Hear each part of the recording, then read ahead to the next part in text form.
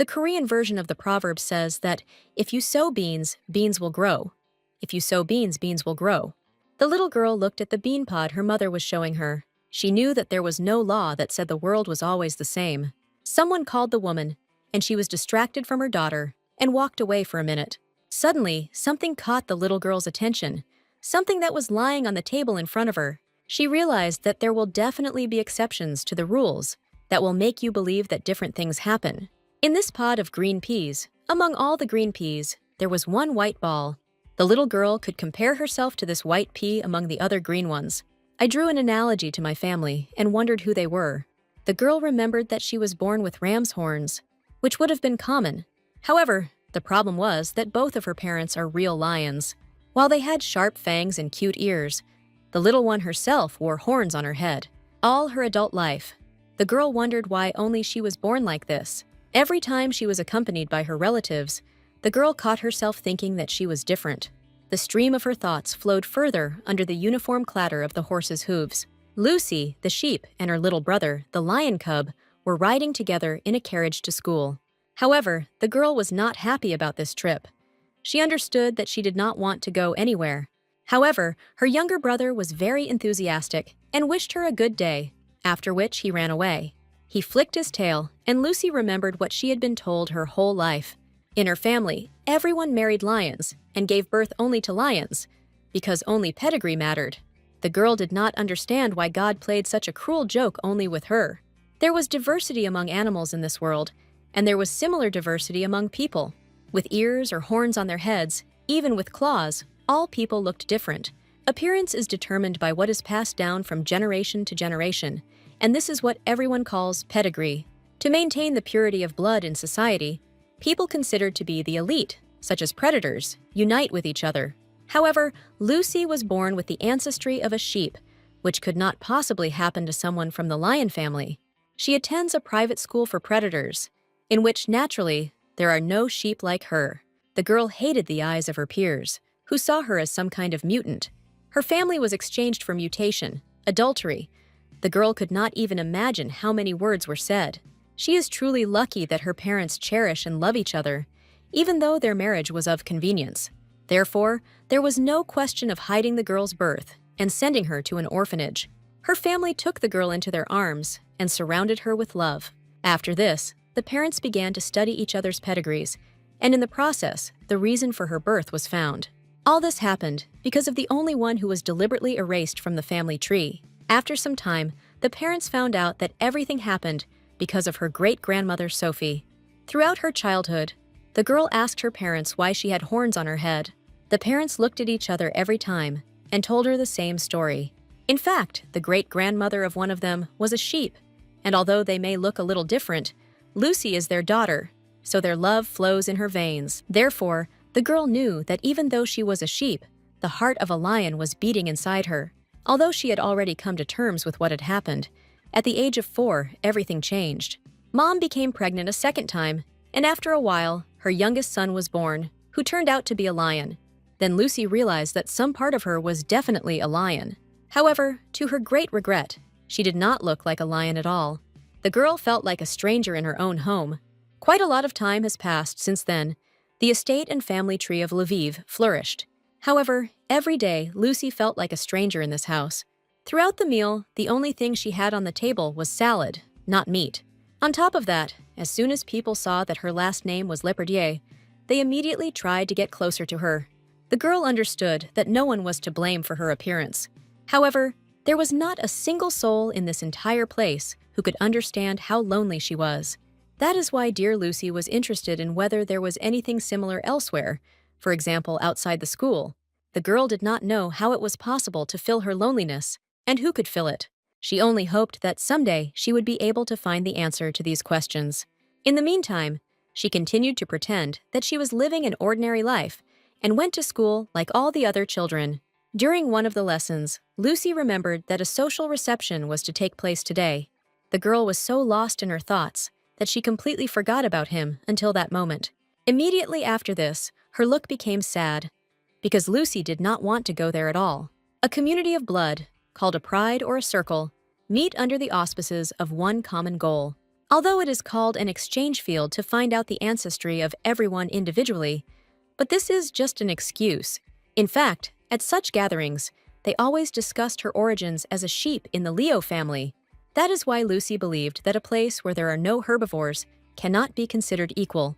The real purpose of such events could be both the establishment of political connections and the conclusion of marriage alliances. In some cases, a young man from a not very noble family married a girl of good pedigree and entered into good circles. But there are also cases when representatives of families with similar status, but with different pedigrees, marry. However, Lucy understood that it would be really difficult for her to find her soulmate. She was afraid that the child she would give birth to would also turn out to be a sheep. The girl sincerely did not want the child to be tormented by the same doubts as she herself was now. Usually at such events, she laughed or talked for a few minutes, and then went to fold origami in a quiet place. Just at that moment, the girl was doing origami, thinking how many dogs she should fold today. However, suddenly, something distracted her from this exciting activity. The door to her quiet and calm balcony opened, so the girl decided to look at the newcomer.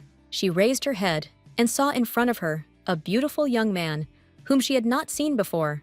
The first thing she noticed was his tall, pointed ears. Behind him, the guy was actively waving his wide and soft silver tail. After looking at the man's distinctive features, Lucy turned her gaze to his face. The guy looked at her piercingly with his big gray eyes. He smiled friendly and tilted his head a little to the side in surprise. The young man greeted our heroine, and everything in him said that he was glad to meet her. It was quite cool on the balcony, so no one else came here. The guy was beaming with joy and was about to introduce himself to his interlocutor. But Lucy, who mistook the guy for a dog, said that he had the wrong door. She frantically clutched her origami in her hand and asked the guy to leave the balcony. She came here first, so she asked the stranger to leave and close the door behind him. The young man immediately agreed and turned to the front door. He came closer to it and carefully and tightly closed it on the handle. However, after that, he immediately turned and headed back to Lucy. The young man approached the girl and stopped right in front of her, with a smile on his face. He was literally glowing with joy and had a huge smile on his face. But what gave him away most of all was his tail, which darted from side to side. Lucy didn't know how to react to the fact that the guy closed the doors, but didn't come out. She was already preparing for the next portion of attacks and ridicule of herself. But the young man just stood opposite her, blushed a little, and smiled. They stood there for a while in silence, just looking at each other. At some point, it even seemed to Lucy that the guy's eyes were shining bright silver. The girl attributed everything to the fact that they simply reflected the bright moonlight. She could not bear such tension for a long time, and was the first to turn away from him. There was still an awkward silence between them, so the guy decided to break it first. He cleared his throat a little and asked why the girl was standing here alone. Such a question confused Lucy. She almost crumpled her origami. And the guy, meanwhile, assumed that the girl was simply lost. The heroine began to worry that now he would want to look at her family again. However, the guy stopped questioning her and instead decided to introduce himself. He put one hand behind his back, put the other on his chest, and said that his name was Roman. The guy didn't give his last name, so the girl couldn't guess what family he was from. She later recalled that they met without any fancy introductions and without mention of their families. At that moment, it was Lucy's turn to introduce herself, but she hesitated. The girl did not believe that the guy really did not know about her. After all, other people who see her for the first time always pay attention to the horns. They either begin to look at her amazingly, or they feel sorry for the girl. Besides, Lucy herself had never seen this guy before this moment. However, her new acquaintance, Roman, looked friendly and calmly waited for an answer. After thinking a little more, Lucy decided to introduce herself to him without mentioning her last name. In her quiet and innocent voice, the girl said that her name was Lucy. Immediately after that, she said goodbye to the young man and turned around, intending to leave. However, she was surprised that the guy did not leave the balcony, but still continued to stand in place. Lucy tried not to pay attention to him, but she herself did not understand what was happening. The girl continued to pretend that she did not notice the guy and folded origami. She was amazed that Roman did not take hints and continued to cause inconvenience to the other person. And he did not interfere in any way with her activities, simply silently watching from the sidelines. After some time, the young man came closer to the girl and called her by name. Lucy didn't expect this, so she shuddered and turned to look at him. Roman said that her classes seemed fun to him and asked her to give him one piece of paper. The sheep did not at all expect such a development of events, so she took a closer look at her new acquaintance. Now the girl noticed that he emanated a floral aroma and the smell of almonds. She believed that without paper, he would continue to talk to her, so she decided to grant his request. Lucy handed her new friend a piece of paper, and she continued to fold the origami. First, she made a cute penguin from a small yellow leaf. Then she was inspired by the image of her friend and assembled a wolf and a dog. After which she added a swan, an elephant, and another small breed of dog. All this took the girl quite a long time, so she was surprised by Roman's persistence. At a party where everyone is busy making connections, this guy was hanging around with her. The young man fiddled with the paper in his hands so hard that it began to tear. Lucy thought that this guy was taking out his anger on her, so she asked him to stop. However, Roman explained that he simply did not know how to fold the paper correctly, so he accidentally tore it. The girl got angry at him because he ruined her materials just like that. But the young man looked scared and said that he just wanted to be friends with her, not to hurt her. Lucy went through this more than once when they tried to get closer to her for the sake of her family. She believed that Roman came to her balcony on someone's tip. However, the young man did not understand at all what her family had to do with their conversation. He didn't think that if he told someone he didn't like that he wanted to be friends with him, he would be able to do it. He then looked back at the room behind them and pointed to one of the guys as an example. It turned out to be a narcissistic leopard who could only talk about himself. Such an ardent speech and example amused Lucy. The girl even laughed. She found her new friend Roman funny and offered to teach him how to fold origami. And the young man was only happy about this, smiling sweetly in response. That day was the first time Lucy had fun with a person who had a different bloodline.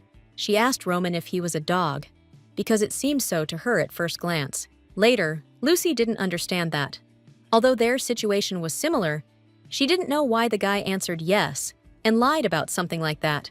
That evening, although the girl did not eat anything, she was not bothered by the feeling of hunger. Already in bed, Lucy recalled that she demanded the guy to leave as soon as she saw him.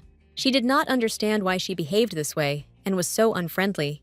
Roman just wanted to make friends with her and was quite smiling and nice.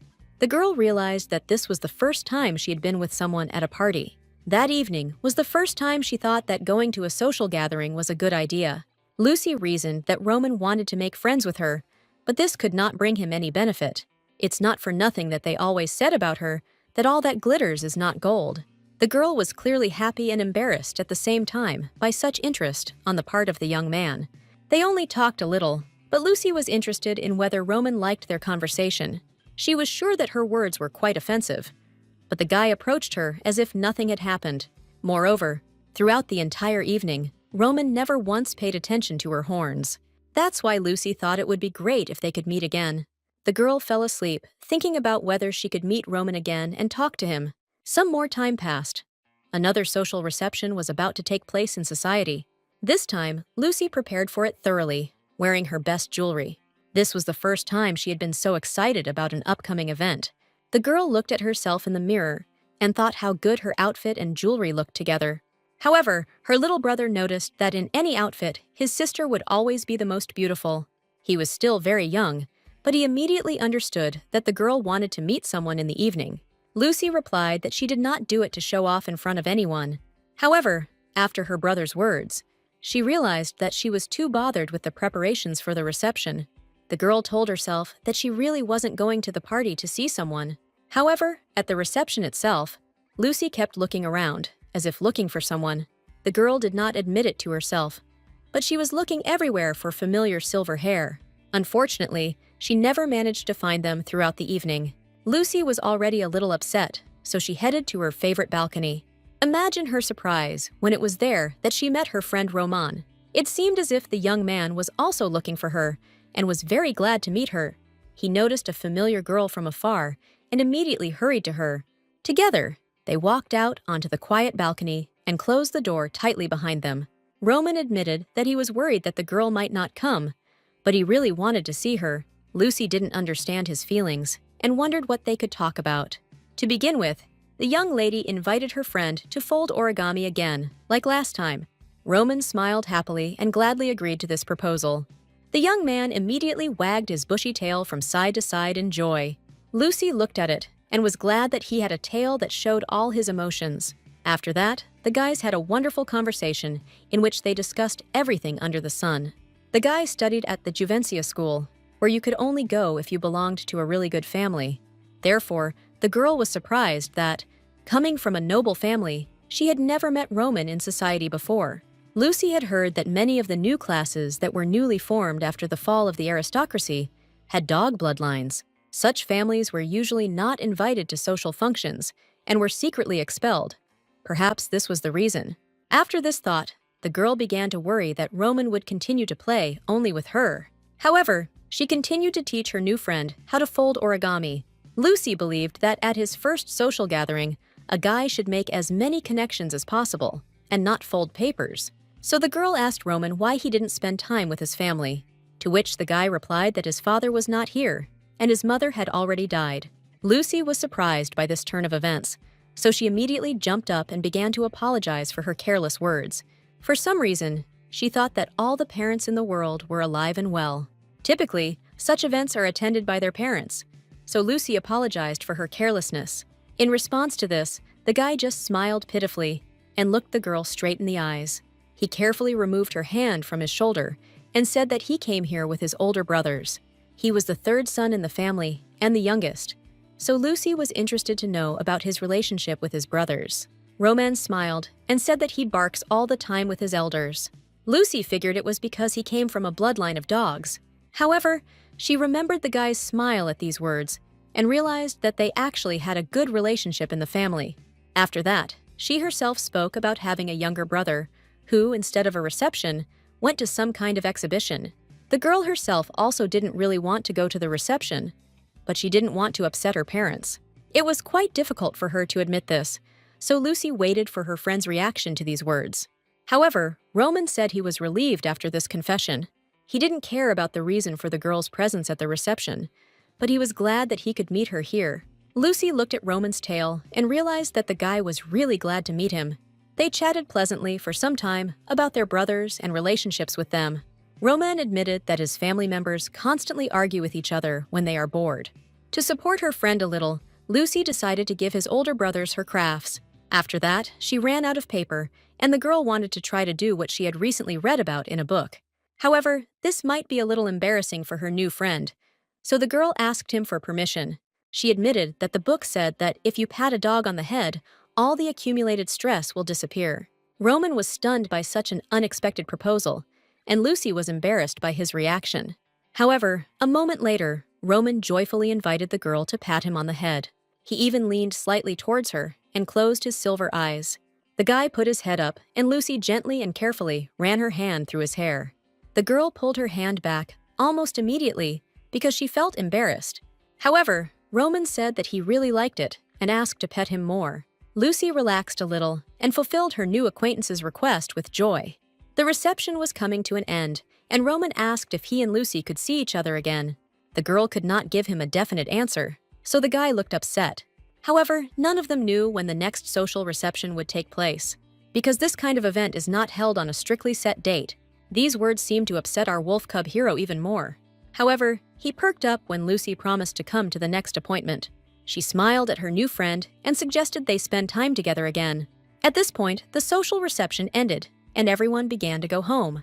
Lucy was riding in a carriage and reasoning that she should have exchanged contact information with a friend. However, she didn't know if they were already such close friends that they could meet somewhere else. The girl believed that, for now, it would be better if Roman remained just a friend, whom she saw only at receptions. Sometimes she reasoned alone, and it seemed that Lucy did not understand people at all. How far you shouldn't go in some things, and how openly you should talk about others. So she decided to ask her parents for advice on how she could best deal with this situation. However, she decided not to give their name, because the parents hardly knew Roman's family. Lucy never had friends, so she was a little confused. She didn't understand what kind of relationship she had with Roman, because they only met twice and didn't know each other's last names. The guy seemed even more special to her, because he didn't worry about such things at all. It was clear from him that he was simply enjoying his time spent with the girl. However, Lucy and Roman were destined to meet much earlier than they expected. By a strange coincidence, there were quite a lot of social events that month. It wasn't even the end of the year yet, but charity receptions were held every week. Because of these words, the guy thought that the girl was not happy about their frequent meetings. However, Lucy said that he had it all wrong and that she was actually glad to see him. There were rumors that the Baskerville family was behind the organization of all these social events. Their coat of arms was a white-crowned wolf, and the family was known for quickly getting back on its feet and becoming rich after the war. The girl discussed these rumors with her new friend and believed that the family was up to something. However, Roman perceived it more as charity and viewed it positively. She didn't care. She was glad that she could meet her friend at such receptions. After several such meetings, a certain agreement naturally arose between the guys. Upon entering the banquet hall, they silently greeted each other with their eyes. Then both of them, avoiding prying eyes, looked for a secluded and quiet place. Thus, they had already met about 10 times recently, and now the guys stood next to each other on a quiet and calm balcony, away from prying eyes. However, Lucy felt that the balcony was too open a meeting place, so she invited her friend to go inside, but not to the banquet hall. The girl reached out to Roman's ear and invited him to go to a place where there was no one at all. This intrigued the young man very much, and he happily agreed. The guys slipped unnoticed through the banquet hall and were now walking along the corridors of the palace. They reached one of the rooms and entered it, closing the massive doors behind them. The guys now didn't worry that someone might see them and sat calmly on the bed. They were already 15 years old, but until the end of the year, they just sat on the bed and folded origami. Roman always took away folded paper figures with him, as if they were some kind of valuable treasure. Lucy not only folded origami, but also often brought food with her. And now, in front of Roman, there was a huge plate with various meats and vegetables. He calmly ate piece by piece, but suddenly, he felt something strange. The guy realized that there was lamb on the plate, which he ate right in front of Lucy. However, the girl calmed him down, saying that she was not a real sheep, and besides, he needed to eat meat. Therefore, Lucy asked not to worry about her, and added that she was already used to it, because she was very different from her family. The girl said that their food is also different, and at the receptions, all the participants are predators. She's used to the fact that most people won't make sacrifices for her. The girl's words upset the young man so much that he stopped her speech.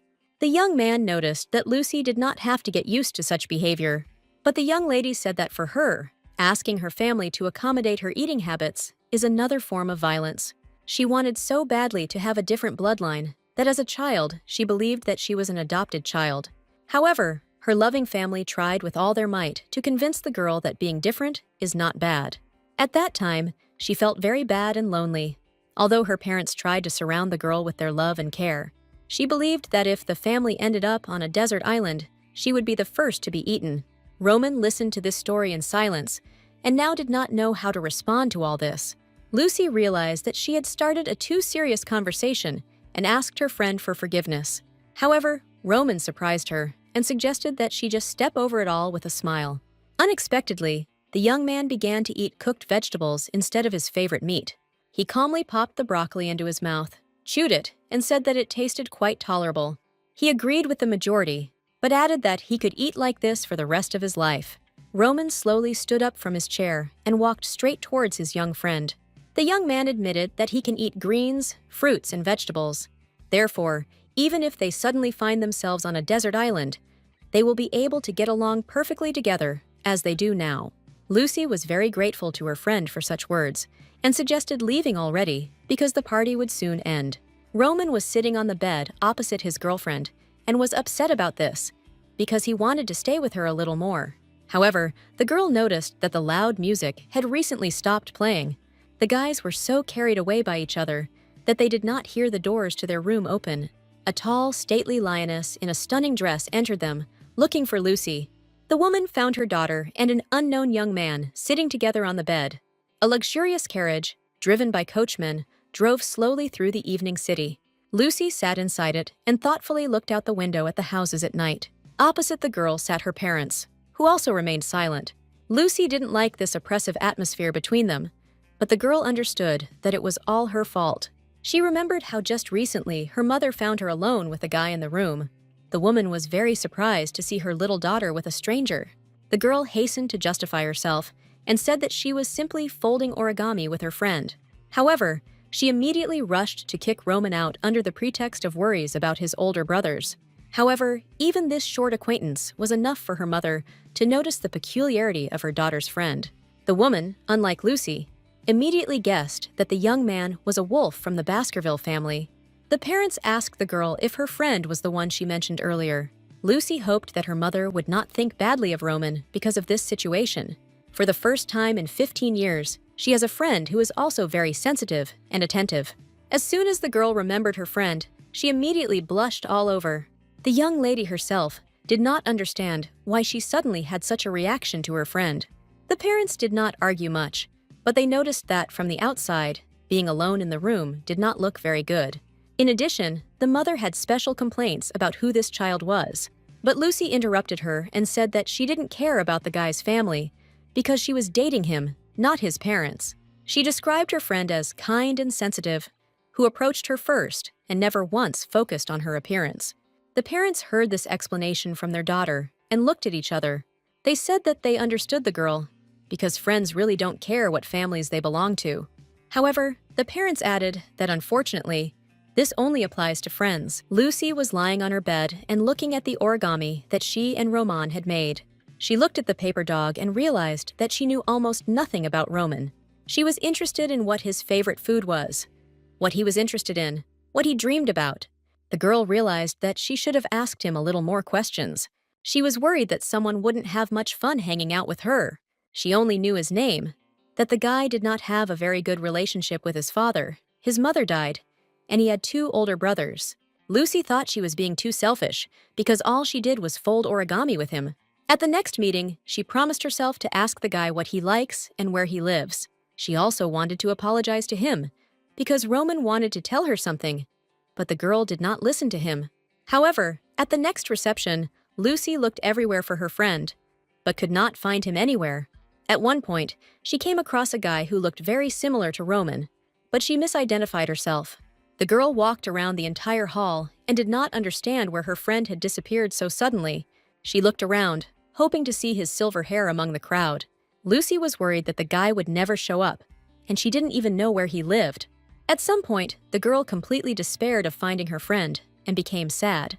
Suddenly, a stranger approached her from behind and put his hand on the girl's shoulder. Lucy was scared at first, but the man knew her name, which calmed her down a little. The girl turned around and looked at the stranger, who approached her and called out to her. The man introduced himself as Roman's older brother and said that he had told a lot about her. Lucy was amazed at how huge her friend's older brother was. The young man introduced himself and said his name was Harold Baskerville. It was at this moment that our heroine first heard the name of her friend and was very surprised. She knew that her family was on bad terms with the Baskervilles, and her parents were tormented by fighting them. From a political point of view, their families are ardent opponents of each other. Their coat of arms is a crowned white wolf, which means Roman was not a dog, but a wolf. This realization gave the girl goosebumps all over her body. She remembered her friend's ears and realized that they really belonged to a wolf. The girl didn't understand how she could make such a mistake, and she also said all sorts of things. She did not insult the Baskerville family, but spoke somewhat strangely about them. However, Lucy remembered that Roman definitely called himself a dog. She recalled the sweet moment when her friend was eating vegetables and could not believe the deception. Now, the girl understood why her parents reacted so strangely to him that time. Mentally, she was very angry with herself for falling for this wolf's deception. The girl trusted her friend, but in the end she was deceived. The point was not that the guy did not tell her his last name, but precisely that he misled her. Now, Lucy couldn't understand how she could continue to communicate with Roman without trust. The girl even told him something that she had never told anyone before. The sheep's train of thoughts was suddenly interrupted by the voice of the elder Baskerville brother. He said that Roman managed to get measles and asked the girl if she had it. It was very strange because their family always takes every precaution. Lucy was worried about her friend's health, but her brother assured him that he was already recovering. He suggested that the girl visit her friend if she already had immunity to this disease. Lucy was amazed because she never went to visit friends, but received such an invitation. The girl stood and looked at Harold Baskerville, who extended his hand to her. The young man once again noted that he was inviting her to visit his brother because he missed his friend very much. Lucy definitely wanted to see Roman, so she headed straight to her parents. There, Harold asked permission from the girl's parents to visit his younger brother. He promised that he would take responsibility for this event. Lucy's parents were a little confused about who the Baskervilles were. Their daughter also insisted on meeting her friend, who missed her. Even if the relationship between their families is not very good, the girl must go to see him. She said that she wanted to be as caring to her friend as he was to her. Lucy's father looked at his daughter with a smile and affectionately stroked her head. He allowed his daughter to visit a friend, but asked not to stay late. Thus, the girl ended up in the same carriage with Harold Baskerville. Lucy already knew that the father of their wolf family had lost his wife. After this, the grief-stricken owner of the house lives in solitude for 10 years. His eldest son runs the business, and his middle son Harold is in charge of the household. She also heard that the youngest son had not yet been introduced to secular society. That is why the girl did not know Roman and saw him for the first time at that reception. She didn't mean to offend anyone, but the guy really is the spitting image of a dog. Lucy didn't understand at all why the guy deceived her, and even with such an innocent face. Perhaps he recognized her immediately and did not want her to worry about their families. Her train of thoughts was interrupted by Harold, who announced the end of the trip. Only now did Lucy realize that she had received an invitation to visit the residence of the Baskerville family, but had arrived empty-handed. She apologized for such behavior, but the older brother told the girl not to worry about it at all. Instead, he smiled and suggested that she give them a slightly different gift. He asks him to tell Roman what the girl told her parents, because he will really like it. Afterwards, Lucy wondered how Roman introduced her to his brothers. Behind these thoughts, the girl did not notice how they drove up to the main entrance and stopped. The middle son of the Baskervilles was the first to get out of the carriage and offered his hand to the girl. He led her around their residence, where their portraits were hung everywhere on the walls. Lucy looked around carefully and tried to notice as many little things as possible. Suddenly, Harold invited the girl to enter secretly and give his brother a surprise gift. Lucy thought that such jokes were an indicator that the brothers were very close. The young man was very pleased with his idea and hummed the melody with a smile on his face. Lucy looked at Harold and realized that the guy was very attached to his brother. They headed straight to the bedroom of the youngest son of the Baskerville family. Harold said that he had prepared a small gift for his brother and asked permission to enter. He whispered in Lucy's ear to come in first, and he himself would return in a couple of minutes with dessert. The young guy pushed the girl forward, and he turned around and went in the opposite direction. Lucy hesitated for a moment, and then carefully opened the large wooden door into the room. Before the girl had time to say anything, a pillow immediately flew at her. She crashed right into the poor sheep's face, forcing her to freeze in one place. Roman immediately recognized his friend and immediately rushed to apologize to Lucy. He jumped out of bed and began to examine the girl from all sides for injuries. The young sheep fell to her knees and grabbed her head with her hands. Roman tried to approach her and take a closer look, but the girl recoiled from him. Then the guy also got down on his knees and began to apologize to his girlfriend. He didn't understand at all how the girl ended up here, and he was worried that he had hurt her. However, the next moment, something happened that the guy could not foresee. Lucy grabbed that very pillow and began hitting her friend with it in a rage. She beat him with a pillow and scolded him for calling himself a dog and deceiving her. The girl literally sat on top of her friend and continued to scold him for cheating. Roman continued to apologize and say that he had good reasons for this. But the sheep could not forgive the fact that the guy deceived her for 6 months. She trusted him very much, so she was especially angry about this. It was at that moment that the door to the room swung open, and 2 young wolves appeared on the threshold. At this moment, only Lucy and Roman were distracted and paid attention to those who entered. One of them was Harold with dessert in his hands, and the second was unknown to the girl. Out of surprise, Lucy froze with the pillow over her head. She immediately realized that the eldest son, Alexander Baskerville, was standing in front of her. The girl only hoped that her action would not provoke a fight between the 2 families. It was immediately obvious that the middle son, Harold, was enjoying this incident. He carefully placed the plate here on the table and walked closer to the girl. Instead of cursing, he began to teach her how best to use a pillow in a fight.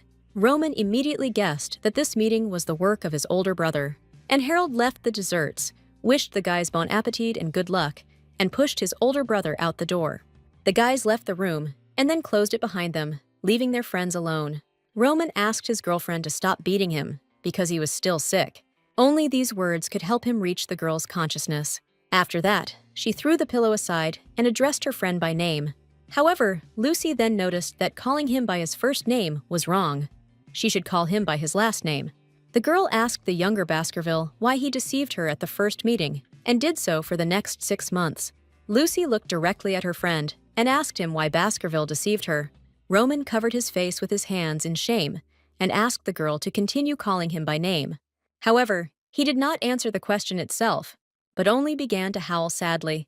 Lucy stood looking down at her friend, with her arms crossed at her waist.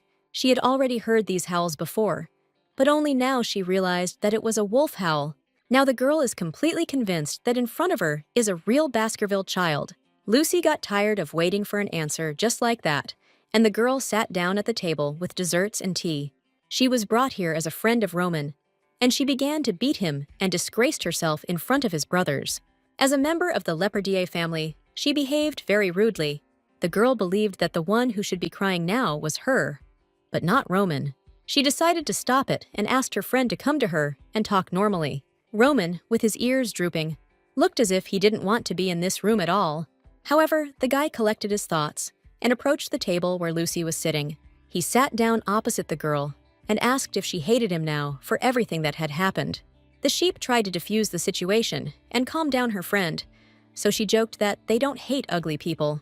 Hearing what Lucy called him, the hero again burst into tears from resentment and shame. It was no longer a mystery to the girl how to react to this, and simply sat silently at the table and drank tea. She couldn't understand whether Roman was crying like a wolf or like a dog. The girl went to her friend and began to reassure him that he was not ugly. It was just an illness, and it would pass. She asked the guy not to hide his face when he spoke to her, but Roman believed that his girlfriend hated wolves, and therefore was angry with him. Seeing all this, Lucy directly asked her friend if he knew the reason for her anger. All this time, the guy sincerely believed that the girl was angry because he was a wolf. This answer of yours made the heroine furious, because she was angry because of his lies, not her family. She absolutely did not understand why the guy needed to hide his identity and surname. After all, she was as sincere as possible with him and shared all her experiences. This gave her the impression that he wanted to mock her. Hearing this assumption, Roman even stopped crying for a moment and raised his head up. Lucy said that the hero became close to her because of a bet, or because of his unusual appearance, or because of sympathy, or because of something else. Roman denied all options, so the girl no longer knew what to think. She looked straight into her friend's eyes and asked him to tell him the real reason for his deception. Roman realized that he couldn't wait any longer, and he had to honestly admit everything. He was worried and began by saying that the relationship between the Baskerville and Lepardier families was not very good. He then began to stutter very badly, but Lucy patiently waited for his further response. Roman collected his thoughts and added that he just wanted to look good in her eyes. After all, the relationship between a wolf and a sheep is also usually not very good. At that moment, Lucy understood everything and she felt very funny, but the girl tried not to laugh. She didn't succeed, and the sheep burst into ringing laughter, which surprised the wolf cub. She found it funny that the guy thought that if he were a dog, they would get along. The girl added that no matter who her friend was, she would be satisfied with any option, and Roman admitted that he chose the dog because they are usually more friendly with sheep. He himself did not fully understand why he did this, so he asked his friend for forgiveness. He was ashamed, and the guy asked them both to pretend that all this did not happen. Lucy wanted to pat the wolf on the head like last time and calm him down, but he asked her not to do this. He had a hot forehead, and the leaf thought that it was a fever, and the illness had not yet passed. It seemed to Roman that this was all just a dream, and there was no way the girl could end up in his room. Now it was the same sweet Roman that our little sheep knew. She smiled cheerfully and asked the soul when he would be fully recovered. The wolf cub replied that he was practically healthy and would soon be able to go out into society. Lucy thought her friend was very sweet. She was glad that she could see him. After that, she admitted that Harold brought her as a gift to his brother for the new year. Roman thought that his brother forced the girl to do this and began to scold him. Thanks to these words, Lucy realized that the brothers were actually very close. Roman apologized for the behavior of the middle Baskerville son, but Lucy even enjoyed the adventure. She also learned that Roman told his brothers a lot about her. The girl asked her friend how it happened that the guy got measles, because children usually get measles. After these words, the wolf cub was very surprised, because in fact he did not have measles. Lucy realized that something was wrong, and Harold said something strange to Roman. The girl got up from her chair and asked the wolf if they were really friends. She had a lot of questions for him, no matter his diet, time, or background. To begin with, she was interested in whether the guy really liked collecting origami. Roman admitted that he is interested in active sports and ball games. The girl wanted to get to know her friend better, so she pestered him with questions. In response, the wolf asked if Lucy had any other friends besides himself, for example, at school. But the sheep admitted that Roman is her best friend, and there are simply no others. Hearing this, the guy was embarrassed and said that he also considered Lucy his best friend. They chatted for a long time, and the sheep asked Roman to give her his contact information for communication. Then their conversation was suddenly interrupted by a knock on the door, forcing the guys to be distracted from each other. They wondered who was knocking, and both of them immediately jumped up from their seats. The door opened, and the eldest son of the Baskerville family, Alexander, entered. He had a scary look on his face when the guy asked to talk to Lucy alone for a few minutes. Alexander was the oldest and most serious among all the brothers. However, even he treated Lucy well and smiled friendly at her. The girl was surprised that he put things aside and came to personally thank her for her visit. He also said that the girl's parents had already sent a carriage for her, and it was time to get ready to go home. Alexander then turned to his younger brother and said that it was time for them to say goodbye. Roman was clearly upset that it was time for the girl to go home. He decided to spend as much time as possible with her and volunteered to accompany her to the carriage. On the way, he leaned over to Lucy and said that his brother already had a girlfriend, to which the sheep replied that she had already heard about this from her parents. She may not have been very interested in this, but in general terms, she knew the history of the Baskervilles. Almost everyone knows that Alexander is dating a girl not from a noble family. In addition, the Baskervilles are known for attending many parties and not having arranged marriages. As a result, a lot of strange rumors also appeared in society. The girl looked at her friend Roman and thought that he was really very cute. Our little sheep really liked this young wolf. During their friendly conversations, the guys did not notice how they had already reached the carriage of the Lepardier family. Roman opened the door and helped his friend climb the steps inside. Then, he handed the girl the toy that he had originally intended to give her. It was a cute lamb that a guy bought at the market square because it looked like his girlfriend. The guys said goodbye, and Roman promised to contact Lucy himself soon. The door slammed, the wolf cub moved away and began waving his hand to his friend. The carriage started moving, and the guy stood there until 3 minutes later, until she disappeared around the bend. Lucy reasoned that only wolves are always born in the Baskerville family, even without an arranged marriage. Only boys are born, and there have never been any illegitimate children. It seemed to Lucy that the brothers looked alike, like nesting dolls of different sizes. She was only upset that she came to visit empty-handed and left with a gift. Lucy stroked the toy, and it reminded her of Roman's soft hair. She really enjoyed patting the guy on the head, even though he wasn't a dog. Roman fully recovered after the New Year holidays. Next time, they agreed to meet in his name and spend time together. The girl immediately noticed that her friend's questions had grown a little over time. However, she said with a smile that she liked his new hairstyle even better. Roman was very pleased to hear such praise from his friend. Before this, the guy said that he didn't know how to ride horses. That's why they met today, so that Lucy could teach him this. She helped her friend onto the horse and made sure he was seated correctly. Then the girl got on her horse, and the guys went for a horse ride. She told the guy when and how to control the reins so that the animal would obey him. Roman drove well, which surprised his friend, because she was sure of the opposite. She hoped to see her acquaintance being held like a lamb, but she realized that she liked having fun together like this even more. The girl decided to overtake her friend and demonstrate her skills to him. She pulled on the reins and forced her horse into a gallop. The guy liked this performance. The girl was also happy to have fun. After a while, the guys decided to give their animals a rest and dismounted. At this time, they arranged a small tea party together in the stable. Roman admitted that today was the first time they saw each other outside, and he was worried about it. They were not bored, and the guys always found something to talk about.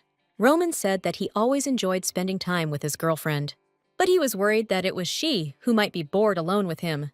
The girl looked carefully at her friend and saw his sincerity. She remembered that her mother could not sleep because of the excitement before this meeting. In the evening, she read a lot of literature. trying to come up with something to do for the two of them.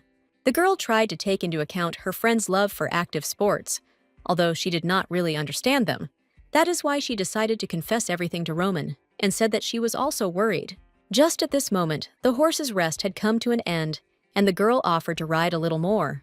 Roman happily supported his friend's idea, and they headed to the stalls. The guys had fun and rode together until the evening. At the end of the day, Lucy admitted that she really enjoyed the walk and was looking forward to the next meeting. Roman happily agreed and offered to meet next week. The sheep was very pleased that for the first time she had a real friend. Roman was pleased and could not imagine how happy Lucy was with their friendship. After that, they became inseparable, Baskerville and Lepardier, wolf and sheep. Their combination looked strange, and they loved to dream that there were no goals, horns, fangs, and other things in the world. The girl believed that such a world definitely existed somewhere, but for now she enjoyed hers. She paid no attention to her or the wolf's ancestry. The girl liked her dear friend Roman more and more each time, especially his tail, which constantly wagged happily from side to side. Therefore, the girl did not doubt Roman and knew that he liked her. Such a Roman Baskerville was very dear to her tender girlish heart. The guys went to a beautiful botanical garden to sort things out. When Roman asked if everything suited her, Lucy replied that everything was fine. She said that she would not have met with him if something did not suit her. Roman was confused. While riding on a huge, beautiful swing, they talked a little more. Lucy suggested that Roman write him a letter with the family seal. The guy asked his best friend what she thought about him. Lucy found this question absurd and said that she considered him her best friend, and after saying that he was the kindest wolf she had ever met, Roman was embarrassed. The phrase that perhaps he is even the kindest person in the world finally finished off the young man and made him confused. After doubting for a long time, the young man finally decided that the time had come to confess. Roman was very worried, but he overcame himself and was able to say that in fact he was only so kind to Lucy. The girl was amused by this, and in turn, she admitted that she was only rude to him, but this did not bother Roman. Lucy said that if she were a lion, no one would say anything about them. But Roman quickly interrupted her and reminded her that they agreed not to bring up the topic again because he liked that she was a sheep. Lucy was very surprised and asked if the young man liked her just because she was a sheep. Roman replied that no matter who she was born, he would have liked her anyway, but now she is a sheep. After the young man said that he could not imagine her as a sheep, Lucy was at a loss. However, the girl analyzed it again and caught a different meaning, which made her smile. Lucy said that she really likes Roman a lot, and she hopes their friendship will last forever. The guy made her promise that they would remain like this forever, regardless of time.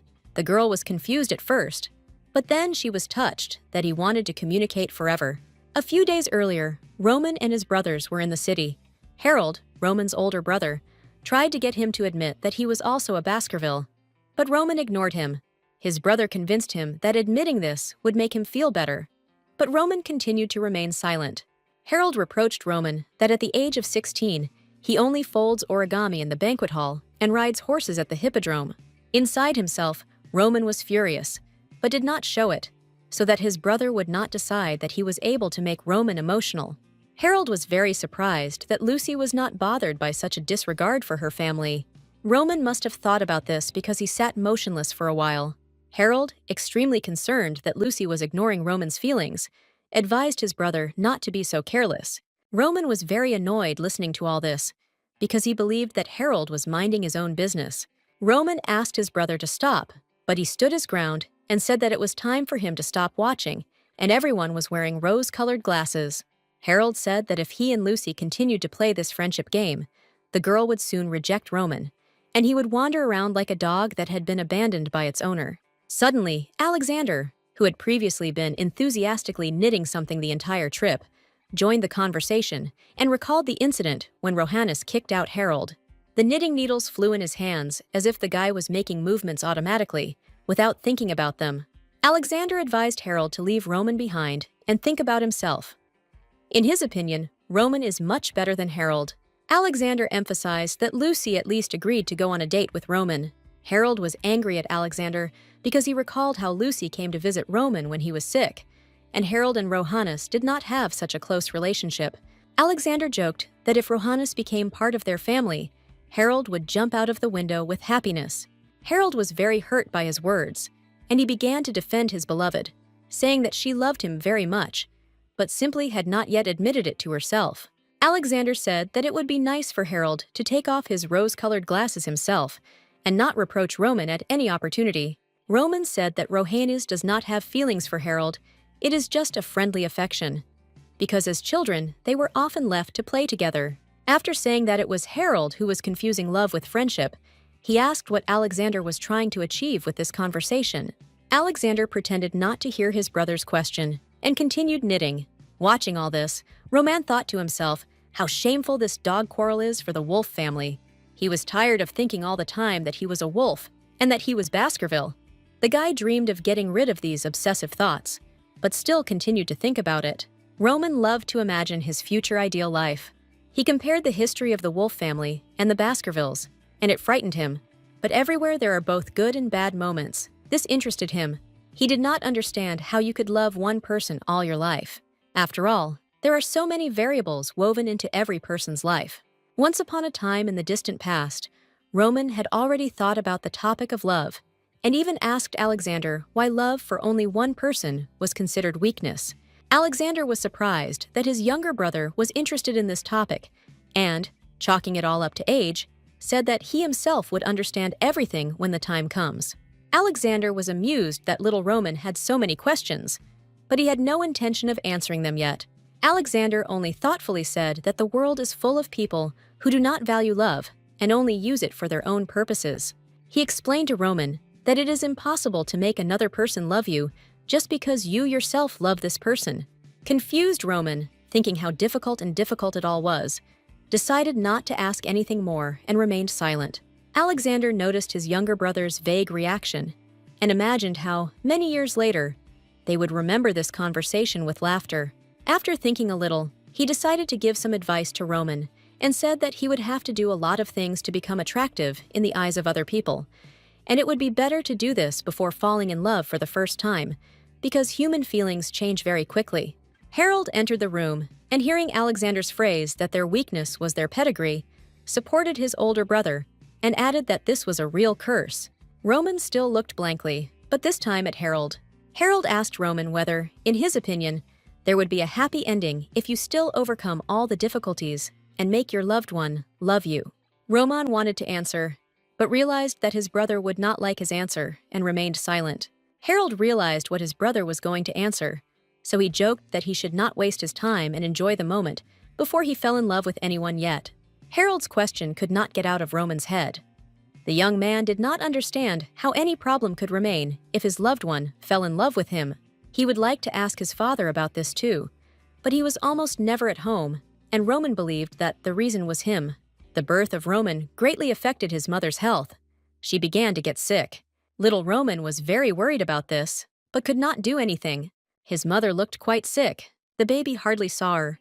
Roman concluded that his father disliked him precisely for this. He constantly looked at his son with contempt and tried to avoid conversations. The little boy was confused, but did not know how to influence his father and attract his attention. He believed that he had hated him since his birth, and he could not change it in any way. Due to his difficult childhood, Roman still could not figure out what this love was. That same year, my mother died, after which my father locked himself in the winter cottage. Roman was very worried about his father's attitude towards him, so he decided to ask the opinion of his older brother Alexander.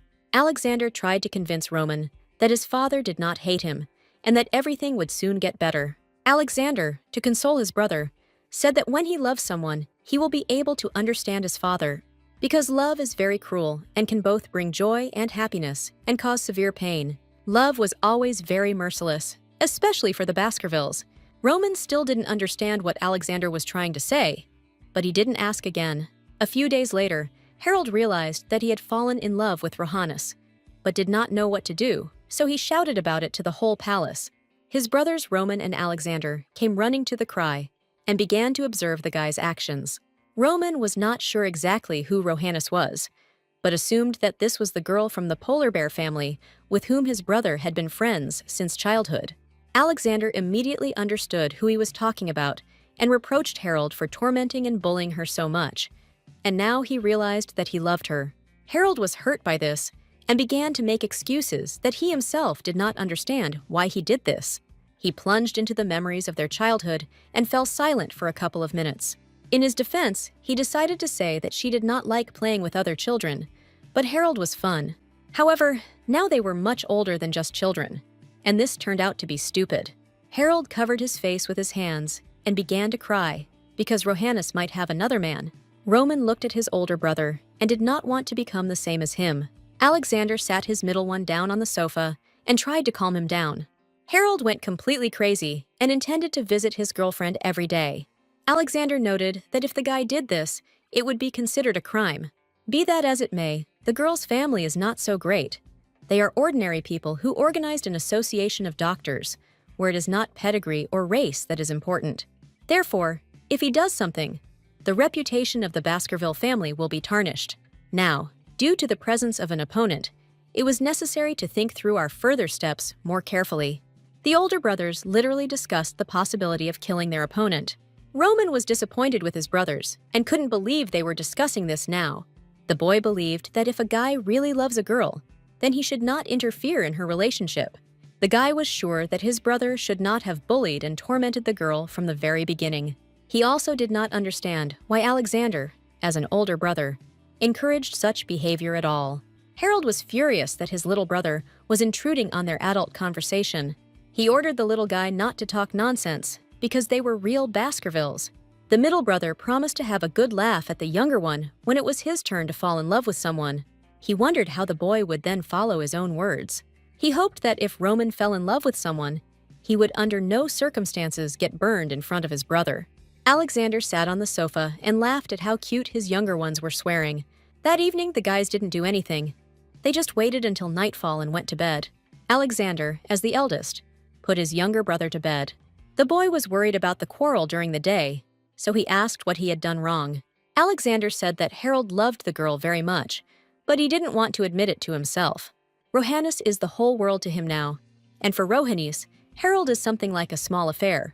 It is because of this difference in their feelings that he hates her so much that it drives him crazy. This happens even though the guy actually loves her. The problem is that he loved her much more than she loved him. Love towards Baskerville is cruel and suffocating, as if you are standing on the top of an icy mountain. Roman couldn't believe it, because everything was fine with Alexander. Yes, it's not love that's exactly the relationship that the eldest brother and sister Marcel now had. A very calm and gentle atmosphere that does not suffocate you at all. Alexander was surprised that in the eyes of his younger brother, he looked completely fine. In fact, this was far from the case. The boy himself will understand everything when he grows up. Even if he doesn't want to know, at some point he himself will suffer the same fate. After this, Harold was bedridden for a very long time due to illness, so he prevented everyone from sleeping with his screams. The little boy did not understand why his older brother was killing himself like that. Every night the man cried as if her life was over. Roman did not understand at all what was so special and beautiful about this love. A few years later, when the boy turned 15, he had to go to his first social reception. They accommodated him halfway and did not arrange a separate debut. Instead, they sent him to a regular reception to hang around a little and get to know people. The brothers advised Roman to just laugh if someone bothers him too much. The boy really hated such gatherings, so he didn't want to go anywhere. Ironically, in a place he thought he hated to the core, he met a girl. On the one hand, completely unknown to him, but on the other hand, always arousing his curiosity, she attracted him. This was his first love, which he had waited for so long and feared so much. The chosen one turned out to be a pretty girl who also did not like to be in a crowd of people. What was interesting was that she belonged to a family of predators, but she had horns on her head. The girl appeared before Roman in a very sweet and attractive appearance. The guy felt like bells were ringing in his head. Without hesitation, Roman ran after the girl to the balcony, and at that moment realized what love is. After her debut, the girl was periodically sent letters with declarations of love.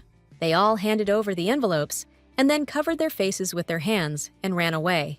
But Roman was not at all interested in these love games, so he simply ignored them. One day, the guy even asked his older brother what would happen if he didn't realize that he loved someone, or what will happen to him if he mistakes ordinary sympathy for love. Alexander replied that if he cannot find a clear explanation for his feelings, then it cannot be love. In their Baskerville family, They never confused love with any other feelings. The guy was afraid that everything might be different for him, because there was no certainty. Harold approached his younger brother and asked what was happening to him. The boy pointed to the girl with horns and asked who she was. The brother replied that this girl was a mutant from the Leopardier Pride of Lions. Their families were feuding, so they didn't know much about each other. Roman said that he wanted to meet this little girl and asked his brother to introduce him to her. To him, Lucy seemed like a real angel who seemed to have descended from heaven. However, Harold protested strongly that Roman was paying attention to a sheep from the Leopardier clan. However, Roman could no longer be stopped. The guy simply dreamed of talking to this girl. The middle brother understood that stronger artillery was needed here and rushed to look for the elder Alexander. He tried to stop his younger brother, but Roman was already rushing forward to the girl.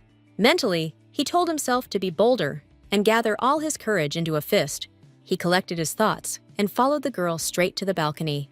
Roman came out to her and saw the girl so close for the first time. Lucy clearly did not expect that someone would follow her onto the balcony. There was no special plan, so he just smiled and said hello. He felt as if his heart was about to jump out of his chest. On the way home in the carriage, all he could talk about was how incredible Lucy looked.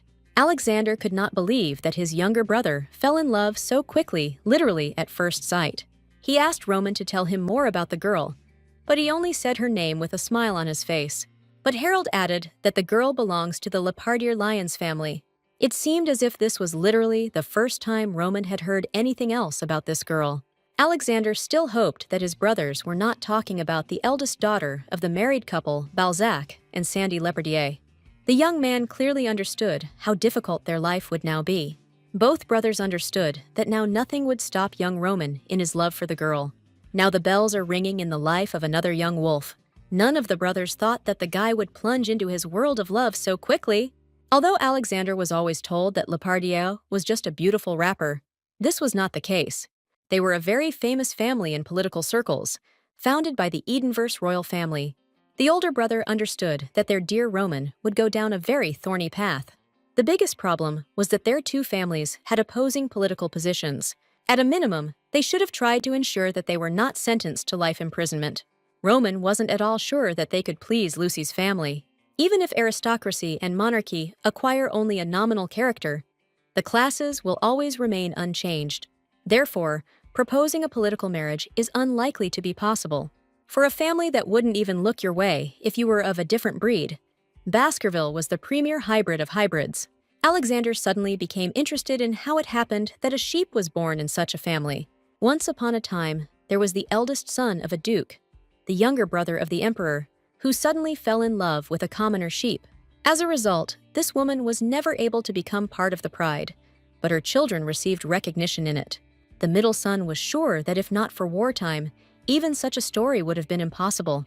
At that time, the emperor and princes died in the war, so restoring the family was more important than anything else. That is why such a romantic story took place in such a family. That is why the birth of Lucy attracted a lot of attention to the family love story. In fact, the public loves romantic love stories. After the birth of this child, brothers outside the pride of the entire family were completely blocked. In the end, the birth of Lucy put an end to love. It's unlikely that any family would want another sheep, but this gave Roman a chance. If something goes wrong, it may be seen as handing over the daughter for the benefit of her family. A simple option would be to go back in time and simply prevent the guys from meeting. Roman looked at his older brothers and dreamed only of being left alone. Alexander turned to the younger one and asked what kind of person Lucy was. The young guy was perplexed by this question because no one had asked him about it before. He remembered the beautiful Lucy, who talked and had fun with him in the evening on the balcony. Her most important quality was that the girl was sweet, both in appearance and in character. Alexander realized that today they would not find a solution to this problem. Roman said that he would figure out everything that was happening himself and asked the brothers not to interfere in this matter. Harold said that he would not interfere in this matter because he was too lazy. Alexander walked up to his younger brother and extended his hand to his head. He ruffled the boy's hair and said that he had grown up. Roman didn't like that his brother still treated him like a child. The boy only hoped that he could find happiness with Lucy. He remembered the girl in great detail and found absolutely everything about her endearing. Her big blue eyes with huge black eyelashes were cute. Everyone told him that love was cruel to the Baskervilles, but for him, it was very tender. The only problem was whether the wolf could love the sheep. Some time passed and real winter came outside. The poor little bunny ran through the forest, hoping to hide from the eyes of the hunters. Today, the three wolf brothers came here to relieve stress. The eldest was calm about hunting. The middle one adored it, but the youngest loved animals too much. Alexander believed that the only thing they missed in today's hunt was his father's company. Then he came to his senses and looked at his younger brother, who suddenly became sad. Alexander apologized to the boy because he meant something completely different. But Harold noticed that it was time for the guy to become a little less vulnerable. The guys spread out and began to look for prey, and soon they came across a deer. One of the shooters had already cocked his gun and was preparing to hit the target. Suddenly, Roman jumped out of his seat and ran quickly forward. His feet pounded the cold ground so loudly that they could have scared away the weight of the forest. The guys were chasing one unfortunate deer that got in their way. They ran for quite some time, then a loud shot was heard. The shot prey lay on the ground and trembled in its death throes. Roman was the most tender of all three brothers, so he couldn't look at it. He saw tears in the eyes of the dying animal, which was looking straight at him. The boy leaned down and carefully covered the dead deer's eyes with his hand. The guy himself didn't understand why he suddenly started doing such strange things. At that moment, for some reason, he thought about his beloved girl Lucy. Lucy is a person, and hunting is just fun. They were completely different things. That evening, the girl stroked the guy on the head for the first time. Roman really felt very happy and was glad that he was born. He hoped that he would soon be able to see the girl again, but receptions were not held so often. That same evening, Roman rode home in the evening in a carriage and talked about it with his brothers. Harold looked at his youngest and noticed that every day his condition was getting worse and worse. But Roman and Lucy were simply folding origami together on the balcony. The young man twirled his finger at his temple and said that his brother was completely abnormal. Alexander just laughed because it looked very cute. It was that evening that Roman asked the brothers to start holding receptions every week. This was a very unexpected proposal that needed to be carefully considered. But Alexander believed that they should at least somehow support their younger brother. But he thought that the younger one would have to put in as much effort as in the case of Harold. Due to some strange circumstances, receptions were held quite often that month. Only Lucy had no idea that they were all organized for only one purpose. Roman went on and on organizing such events to meet the girl. But a small scandal broke out at home due to unexpected expenses. Harold suggested that his brother exchange contact information with the girl and meet somewhere else, because otherwise the family spent too much money on organizing various charity parties. However, Roman shocked his brothers even more when he said that he would be a vegetarian. Alexander believed that Roman might have his own reasons for this. At first, I thought that Lucy said something to the guy that made him decide not to eat meat anymore. Alexander decided not to meddle too much in the personal life of his younger brother and let him deal with everything himself. However, Harold was not very happy about what was happening, who felt like an outcast because of this. Every evening, when the sun set behind the horizon, the house lights were turned on. Roman went to bed and always twirled several origami figures in his hands before going to bed. He was born a predator and worried that Lucy might be afraid of him. He hoped they could be more than just friends. The girl can be like sugar cookies. But the guy was afraid that his instinct would hurt her. She was like a deer he was hunting, and that made him want him even more. The dark side told Roman that he would love this girl so much that he would want to catch her and eat her. She told him that the guy would be ready to do anything to get Lucy. The guy's heart was pounding madly in his chest from the mere thought that he would be able to get Lucy for himself. He wants to get her body and soul, flesh, blood, and even heart. He must be ready to do anything. The boy began to think that he was useless if Lucy didn't love him back. The dark personality began to strangle the guy. But fortunately, Alexander ran into the room. The middle brother ran after him, after which both did not stand on the threshold and looked at Roman in surprise. They realized that their family curse had begun to affect him too. The guys were worried about their younger brother and tried to calm him down. Roman was in so much pain. It even seemed to him as if he was going to die right now. The boy cried bitterly and kept calling for his older brother. Roman did not understand at all what was happening to him now. He wanted to lock Lucy somewhere so that only he could see her. Roman realized that if Lucy did not love him, then there would be no point in living anymore. But the older brothers looked at their youngest and were very worried about his health. The young wolf came to his senses. then lost consciousness again for an unknown period of time. He was told that this pain associated with his growth is something all wolves go through before becoming adults. They've all been through it too, so they understand what it's like for him now. It was a terrible illness that seemed to tear apart the whole body and lasted for several days. Alexander had it the worst because he had to go through it on his own, so he felt very alone. Roman didn't understand what the problem was because Marcel loved his older brother. However, not everything was as rosy as people thought years later. Alexander admitted that he sometimes imagines that he absolutely does not know what love is. Sometimes he has to lock the darkest feeling inside himself deep, deep. Sometimes he even imagines that he doesn't know who Marcel is. Let everything be fine with them now, and they really love each other. However, Alexander said that other people's love fades away too quickly. It is worth fearing even that Marcel's love, which he so philanthropizes, may change. She may one day say that she has fallen in love with another man and is leaving him, or she could die in childbirth, or from any other illness. Before meeting Marcel, Alexander thought that all this was complete nonsense. Wolves are etymologically possessed by one person for their entire lives. Therefore, this person seems fragile to them, like a Christmas tree toy. Roman was surprised by this, because in his eyes, these two were an ideal couple.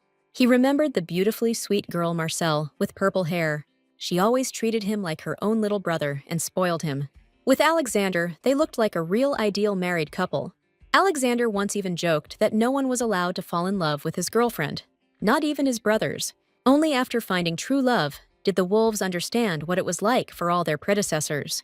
Alexander was afraid that if he lost Marseille, he would become just like his father. Even if he was alive, he would live as an empty shell, clinging to memories for the rest of his life. Now, Harold also understood his older brother's suffering. He really wanted Rohannes to truly love him and was ready to do anything for this. But it seemed to him that this would not happen. He was ready to go crazy. Harold was afraid that the girl would never love him back. He was really afraid of someday going crazy from this love. Alexander noticed that the longer his brother pursues the girl, the more she wants to run away from him. Roman was afraid that depending on Lucy's decision, she could end up like one of his brothers. After a few days, he finally came to his senses, and the pain had gone away for the most part. The brothers told Roman that even on the verge of losing consciousness, he continued to mutter Lucy's name all the time. Now the guy was irritated by all his brothers, who began to constantly make fun of him. Only after this illness did Roman understand why their entire family was hiding their dietary habits. This was because they simply could not control them on their own. The Baskervilles were officially cut off from political and economic marriage proposals for a long time. Because it was impossible to predict when love would overtake one of them, it was a time bomb. Roman hoped that this fate would bypass him, but he was wrong. It was very much like some kind of mental illness that Lucy was never supposed to know about. At that moment, Roman hated himself because he was afraid of himself. However, he still wanted to possess Lucy so that she could belong to him. He didn't want the girl to be afraid of him because she was so bright and cheerful. During his illness, Lucy visited him once at his home. It was only a short visit, but her scent permeated the entire room. The guy still couldn't believe that Lucy came to his personal room. Harold believed that his brother should be grateful to him for this visit. But then the guy saw how his younger brother was literally going crazy over the girl, and he felt disgusted. Roman literally worshipped the mug that Lucy held in her hands, pressing it to her mouth. He understood that this was real madness, but he could not help himself. Since then, the guy kept this small mug like the apple of his eye and protected it. He managed to exchange contact information with Lucy, so now he could meet her whenever he wanted.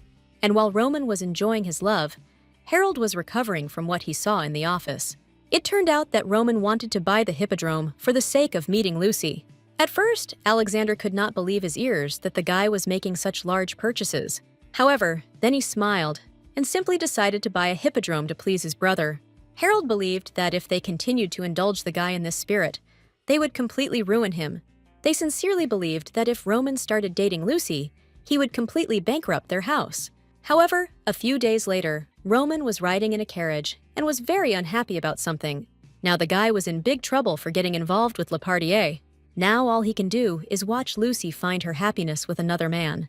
Roman wanted to answer something to this, but did not have time because Alexander interrupted him. He noticed that it was more like a story about Harold's own personal life. The guy was worried because if none of them got married, then the same thing would overtake them all. However, it was at that moment that the brothers noticed a wedding ring on their older brother's finger. Alexander said that Marcel proposed to him, and they will get married next fall, when the girl graduates from university. The guys were incredibly happy for their older brother, but at the same time, they themselves were very jealous of him. After that, Alexander walked for some time in an elevated structure and hummed songs to himself. Harold told Roman that his older brother had started to annoy him lately, and if he suddenly disappears in the near future, then everyone will know whose hands it was. And the motive for the murder would not be the desire to inherit the family and business. He was simply infuriated by his happy face. However, Roman noted that he would not be able to carry parcels to him in prison, because he himself would be busy managing the family business. The guy decided to change the topic and asked the middle brother about his girlfriend Rohannes. Judging by the expression on his face, everything was more or less in order with them too. Roman was angry because he was the only one who had problems in his personal life. The possible problem was that he had formed a friendly relationship with Lucy from the very beginning. Maybe friendship prevents Lucy from seeing him as a real guy. However, in the end, Roman decided not to rush, because he had a lot of time ahead to make the girl fall in love with him. Lucy really wanted to go to one place because they served very tasty desserts. Roman was glad that the girl came to this place for the first time with him. He looked at the sheep, smiled, and said that he really liked it. Lucy didn't understand a little what he meant by these words, and clarified. Roman admitted that he likes to do something together with her for the first time. These words went straight to the sheep's heart and left her speechless for a moment. The girl looked at her friend and did not understand why he was acting so sensitively. Lucy really appreciated that Roman was always so honest with her. She looked at his smiling face, and the girl's mood lifted from just the sight of him. What especially gave the guy away was his tail swaying from side to side. Looking at all this, Lucy realized one simple thing. When she saw Roman smile, she stopped feeling like she had done something wrong. And the girl gained confidence that she could make friends with other people too. That's why Lucy told her parents she wanted to go to the local public school. She was going to live and study there as Hootman, not as Leperdier, in honor of the sheep's grandmother. The parents were worried about their daughter and hoped that there she would be able to find what she could not find here. As Lucy had asked, her father looked for a place for her where hardly anyone knew her, and which was a fair distance from their home. The head of the Leperdier family placed several envelopes with invitations from different schools on the table in front of Lucy. The girl realized that she would need to look at them and make her choice. Ono calmly took the envelopes from her father's desk and left his office. Lucy asked to be transferred to school before meeting Roman, and now did not know what to do. However, the girl hoped that they would keep in touch at a distance, but she was worried that Roman might make new friends while she was away. Lucy realized that she didn't want this, and found herself jealous of her friend. She had already gone too far with this school, and could not turn away from her intended path. But she also couldn't just ask the wolf to go with her. These thoughts occupied her head constantly, and did not allow her to sleep until the next meeting. Even Roman noticed her confusion, and said that the girl was unusually silent. His words seemed to bring Lucy out of some kind of trance, and the girl asked to pour her more tea. The drink in her hands was almost completely cold as she sat still and thoughtful. Roman asked why his girlfriend started buying winter clothes so early in the year. He assumed that she was going to go somewhere, and he was right. But Lucy did not admit this to him, and simply said that she likes to buy everything in advance. In fact, she wanted to ask a friend to go with her, but did not dare to do so. She didn't want to part with the wolf, but she didn't have the courage to tell him. Every evening before going to bed, Lucy was worried that she could not tell Roman about her imminent departure. She simply looked at the mountains of things that were already folded and ready to go, and now stood in the corner of the room. The girl understood that her silence would not delay the departure date, but she could not do anything with herself. She begged her parents to let her go, but now she didn't want to leave. The sheep was worried that this news could upset Roman. She really wanted Baskerville to be friends only with herself. Lucy doubted that this happened between all friends. The girl sincerely hoped that Roman had the same feelings for her. She was upset because she was going to tell him about her departure today. Then footsteps were heard. Someone approached the door of the girl's room and knocked on it. It was Lucy's younger brother, who asked to be let inside. Lion Cub asked if Lucy told Roman about her departure this afternoon. He was worried that his sister would leave without warning his friend about it. The girl was embarrassed, so she rudely remarked that she would deal with her affairs herself. The lion cub did not let up and clarified whether Baskerville was really just a friend for her or someone more. Lucy sat stunned on her bed and could not answer this. Seeing this reaction from his older sister, the younger one continued his thought. He suggested that the parents allowed the girl to leave only because of her dangerous closeness with the Baskerville family. Lucy did not expect this and asked her brother to clarify his words. The lion cub recalled that Roman was the first to approach her because she is a leperdier, but the girl decided that her brother was simply interested in her opinion on this topic. The boy knew rumors about the danger of the Baskervilles and was worried about his sister, to which Lucy laughed and said that Roman cannot be dangerous because he is naive and kind, like a dog. But the lion cub did not let up and was worried that the wolf and the sheep could secretly meet. He asked Lucy if she had a feeling that Roman treated her as his beloved woman. Lewis added that the Baskervilles were famous for always taking whatever they wanted. In addition, their family was especially obsessed with love relationships, judging by the same rumors. But Lucy noticed that she had never cared about rumors before in her life. Lewis could not understand such a simple attitude of his older sister towards friendship with Baskerville. He heard that literally not so long ago, complete disorder and real chaos reigned in their family. In order to get a woman, they burned entire cities or betrayed the ruler. They were ready to destroy everything for the sake of love, and even massacred each other. Lucy was unpleasant to listen to all these conjectures and rumors about her best friend's family, but Louis added something about the mental illness of the family and reminded that all their children were born wolves. He wouldn't want to doubt Roman, but he and his sister looked a lot like lovers. He asked the girl to draw a line between them, because everyone around them had been discussing them lately. Louis asked what Lucy would do if Baskerville really fell in love with her. The girl understood that in some ways her younger brother was right, and this did not make her happy. She just decided to protect herself from unnecessary guarantees and said that the guy was crazy in his speculations. The girl was angry with Lewis because, according to him, Roman was a psycho, and she herself was a fool in love with him. She even asked her brother why he was so worried about it. Lucy said that Roman was her first friend, and her brother is now insulting him. The girl understood that no one knew the wolf cub as well as she did. Lucy even doubted that her brother knew her well enough.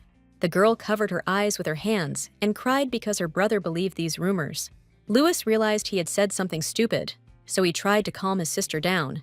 He considered his older sister very fragile, so he was worried about her relationship with Roman. The girl didn't want to listen to this anymore, so she asked her brother to leave and let her sleep. Lewis realized that it was better to leave the girl alone now, so he headed towards the exit. However, he noticed that even if the girl changes her last name and moves to another place, she will still remain his sister. Lucy continued to think about her brother's words about how she and the wolf looked like a couple in love. The girl wondered if her wolf cub encountered such misunderstandings with each new friend. Only now did she understand why the guy hid his last name at the first meeting. It was like she was now planning to leave, hiding her last name. After this conversation, quite a lot of time passed. Spring ended and summer came. This only meant that the high school year had come to an end. The teacher stood near the blackboard and gave the last instructions to his students. He noted that if people do not have the courage to lose everything, then they will not be able to achieve anything. With these words, he finished his speech and proceeded to presenting certificates. Everyone was called in turn, so Lucy was one of the very last to get her form. The girl doubted that it was possible to confirm all the efforts made with one piece of paper. Only now did it dawn on her that maybe she hadn't been trying hard enough all this time. Lucy realized that she had never approached anyone without fear of being hurt. The girl even thought at home whether they would forgive her right now for this idea of transferring to a public school. She thought about what she would gain if she were brought there and what she would lose. She spent the rest of the day with these thoughts, which was already drawing to a close. This meant that Lucy was going out with her friend Roman again.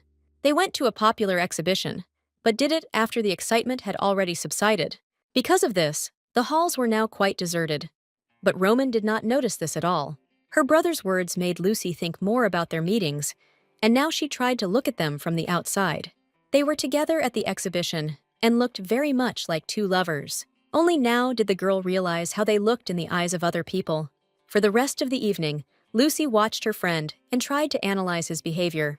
Roman constantly told her some stories, but the girl did not pay attention to a single picture. After visiting the exhibition, the guys went to drink coffee and chat over desserts. For a long time, Lucy did not dare to say the question that worried her out loud. However, then she collected her thoughts and asked if Roman had a girlfriend. The guy was so taken aback that he even dropped his fork from his hands and silently stared at his friend. And then he cleared his throat embarrassedly and asked the girl to repeat her question. She didn't notice anything strange, so she asked again if the guy had a girl he liked. Roman became embarrassed, said that there was no one like that, and asked why Lucy was interested in this. He even suggested that the girl could have heard this from someone, to which Lucy replied that no one had told her anything like that. She noted to herself that the wolf had not yet found a girl he liked. However, this also meant that she was not included in this list either. Roman once again asked why his friend asked such a question. He noticed that he also had something to ask his friend the sheep. He was interested in what the girl would do if he had a loved one. He was very interested in what exactly the sheep wanted to know from him. Lucy said that she would congratulate him, but she asked simply out of curiosity. She also asked why this question seemed strange to the wolf. After this conversation, Lucy decided for herself that she did not consider her friend crazy. After visiting the exhibition and having tea with Roman, the girl returned to her home. She lay down on the bed, thinking only about the fact that she again could not say about her departure. At this rate, she could well have reported this literally the day before departure. Lucy didn't know how to overcome her fear, but she wanted to do something about it. She thought that Roman might fall in love with someone after she left. The girl was worried that having fallen in love with someone, the wolf would stop paying attention to her. She believed that if Roman had a beloved, he would be ready to do anything for her. Lucy was sure that the wolf would be even more attentive to his beloved than to her, because simple sympathy and true love are definitely different things. The girl suddenly noticed that these thoughts suddenly made her feel somehow bad. She again imagined that Roman might have a closer person than herself. Then the wolf will pay more attention to this girl and leave Lucy aside. The more she thought about it, the more painful it became for some reason. The girl suddenly realized that the problem was with her and doubted that she would be able to say anything about her departure. Suddenly, her train of thoughts was interrupted by a knock coming from the window. The girl could not understand what kind of sound it was, so she suddenly sat up straight on the bed. Lucy realized that the knocking was coming from the window, so she headed towards it. The girl slowly walked up to the frame and looked down, surprised. Right under her windows, late at night, stood her friend the wolf cub Roman. The guy looked very embarrassed. Even his ears were down. It took the girl some time to go down to the street at 1 in the morning and talk to him. At first, she assumed that the wolf ran away from home or had a fight with his brothers. But he denied everything. Instead of a normal explanation, the guy started talking about the weather. It seemed to the girl that any answer she gave would please him and make him swing his tail from side to side. It was clear that their conversation was not going well, because the guys had been sitting in silence for some time. Lucy even suggested that her friend might have done something wrong at home. Therefore, the girl decided not to be shy and asked directly why he came to her at night. Roman admitted that he was going to tell her something important. He wanted to clear up the rumors that were circulating about their family and society. The guy was worried that the girl would be embarrassed to ask him herself and would suffer because of it. He said that when a member of their family falls in love with someone, he ceases to distinguish between heaven and earth. Sometimes he cannot achieve reciprocity or loses his beloved. Then terrible things happen.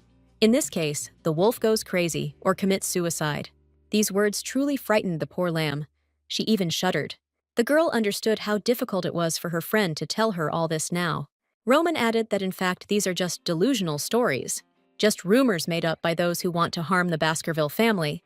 That is why his father, who lost his mother, is said to be half crazy. His older brother has also been in a relationship for several years and is very happy.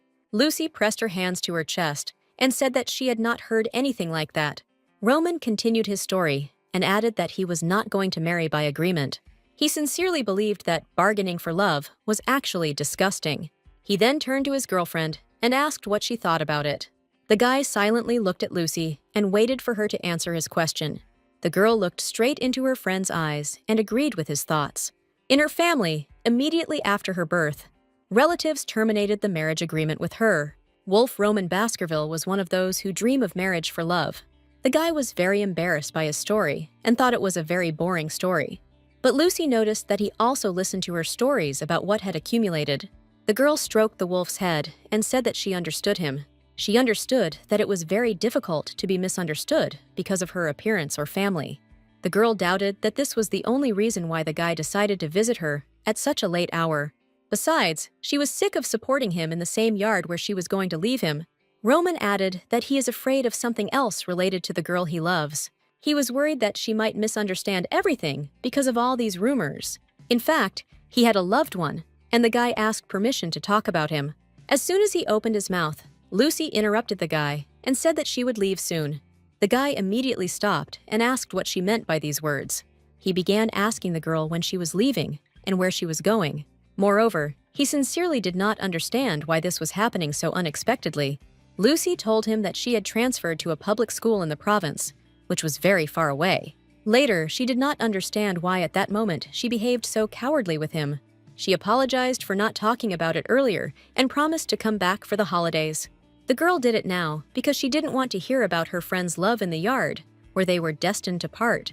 After all, if a guy fell in love with someone, then he should have forgotten about her. Roman was worried that he didn't have time to tell Lucy about something, because he didn't know that she would leave. The guy was upset that the sheep was talking about it just now. If the decision to leave had been made a long time ago, then she could have said so earlier. Lucy was ashamed of her action, so she sat in silence for a while. Then she said that she did not know why she did this, and that she was leaving only for a while. She is still Roman's friend, and nothing will change in their relationship because of this. The wolf was already upset. But after the words about his friend, he suddenly became even more upset. He realized that the girl was leaving her noble family because she wanted to live freely.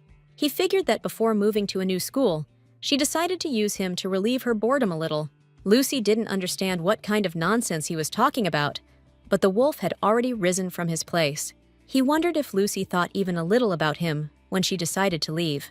The girl tried to calm him down, but the young man did not want to be touched. He said that he did not understand his girlfriend at all and was completely confused. Lucy understood that it was entirely her fault, so she tried to stop Roman. But the younger Baskerville was very upset, so he turned around and rushed away. The girl screamed after him again and again, but the wolf cub did not stop. Only after this did Lucy realize that it was useless to call the guy. He left. The thought came into her head that he loved her, but the girl still couldn't believe it. She still thought it was impossible, but now she had lost the opportunity to know the answer. Perhaps forever. It was already past 1 in the morning. Everything around was illuminated only by dim lanterns. Lucy continued to stand in the same place and believed that she should not have done this. She should not have informed her friend of her departure in such a terrible way. After that, the girl came to her senses and headed towards the house, where her brother was already meeting her. The boy saw his sister from afar and immediately rushed to meet her. He said that he was very worried about the girl and thought that she decided to run away. Louis saw that Lucy was very upset and was ready to cry any minute. The brother helped the girl into the house, immediately after which she said that she considered herself a terrible person. Real trash. All this time, she had no friends, not because of her family, but because she has a cowardly and selfish character. Louis listened to all this and could not believe that his older sister was saying this. The girl realized that it was that night that she lost Roman. She regretted not having explained everything properly a little earlier. Little by little, Lucy stopped understanding who she was, so she wanted to be among people who would take care of her. This is exactly the kind of person her friend Roman turned out to be in her life. The girl believed that if she didn't leave now, she wouldn't be able to do anything like that ever again. However, she couldn't stop thinking about who the girl was that the wolf liked. Lucy was worried that after she left, another person might completely take her place. She wrote a letter asking him to contact her when Roman stopped being angry. The girl admitted that it was all her fault, and she shouldn't have talked about her departure in that way. But she was worried that her friends would part so easily. The girl was still wondering whether her friend would go with her. Immediately after that, she began to wonder if she had actually done wrong. The girl crumpled up the next written letter and threw it away with the rest of the trash. She sat for a very long time, trying to compose at least some kind of adequate message.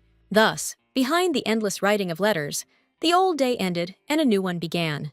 Louis came to his sister and demanded that you tell him what happened that night. He looked at her sister's eyes and promised that she would not tell her parents anything. Only after this did Lucy agree to tell him about everything that happened then. He didn't understand how Roman could be angry just because his friend was leaving to go to public school. The guy added that such a crazy wolf is not worthy of his older sister's tears. The girl was surprised by such a violent reaction from her younger brother, but she was flattered by it. Louis was very angry with Roman and thought that he was taking on too much. The guy was sure that his sister did not have to report to anyone regarding all her life plans. Lucy was sure that she should apologize to her friend before leaving, but Louis forbade her to do this because the wolf showed himself too emotional in such a situation. The guy didn't like the fact that this was not the first time his sister was crying because of Baskerville. Even though Lucy told him that last time, she cried for a different reason. Louis noticed that ordinary friends just don't behave like that with each other. However, his words seemed to have no effect on Lucy's mood. The girl believed that it was all her fault. She was too sensitive and terribly tactless. The lion cub could not believe that his beloved sister spoke of herself like that. He didn't understand why, if the name Baskerville came up in a conversation, his sister immediately began to be so servile. The girl asked her brother not to be angry, but rather to tell her how to make peace with a friend if you quarreled. If it was a matter of winning or losing, then Lucy wanted to lose and end it. She later recalled that at that moment, she wanted to look into Roman's face and apologize to him. The girl was worried that the young wolf did not accept her messages. What she really wanted to know was how to make peace, not how to win. Louis saw that his sister was completely unstuck, so he ran up to her. He tried to calm Lucy down and said that it was Baskerville who acted badly in this situation. Even if friends have a fight because one of you is leaving, the other should say goodbye to him properly. Lucy thought that if she had continued to go to private school, this would never have happened. However, Louis noticed that they had already quarreled, and this fact could not be changed. The guy said that some people just need a little more time to calm down after a fight, and also asked after the reconciliation to tell Roman to be careful at night. Lucy finally smiled that her brother was on her side and supporting her. From that moment on, Roman stopped appearing in secular society, and the girl could not find him anywhere. At all events, she no longer hid on the balcony or in her room. Every time Lucy came to the event, she hoped that Roman would come today. She walked around all the rooms and looked for him among the crowd of people. She peered into the faces of those present, hoping to find her friend among them. The girl watched other people just having fun together and having a good time. However, Roman still did not appear at such events, so the girl had not seen him for a long time. So this time, Lucy again stood near the wall until someone suddenly called her by name. The girl raised her head to see the man who was addressing her. It turned out to be a pretty girl, with long, dark, almost black hair. The girl was luxuriously dressed, and with every step she came closer and closer to Lucy. She smiled friendly, and her amber eyes radiated confidence. The girl came close enough to the heroine and asked if she remembered her. It seemed to Lucy that her interlocutor was literally glowing with happiness. The girl looked luxurious, even for this social event, in her beautiful black and burgundy dress. Of course, Lucy recognized her interlocutor, because it was Sue Kane. The girl remembered that there had once been times when they studied in the same class.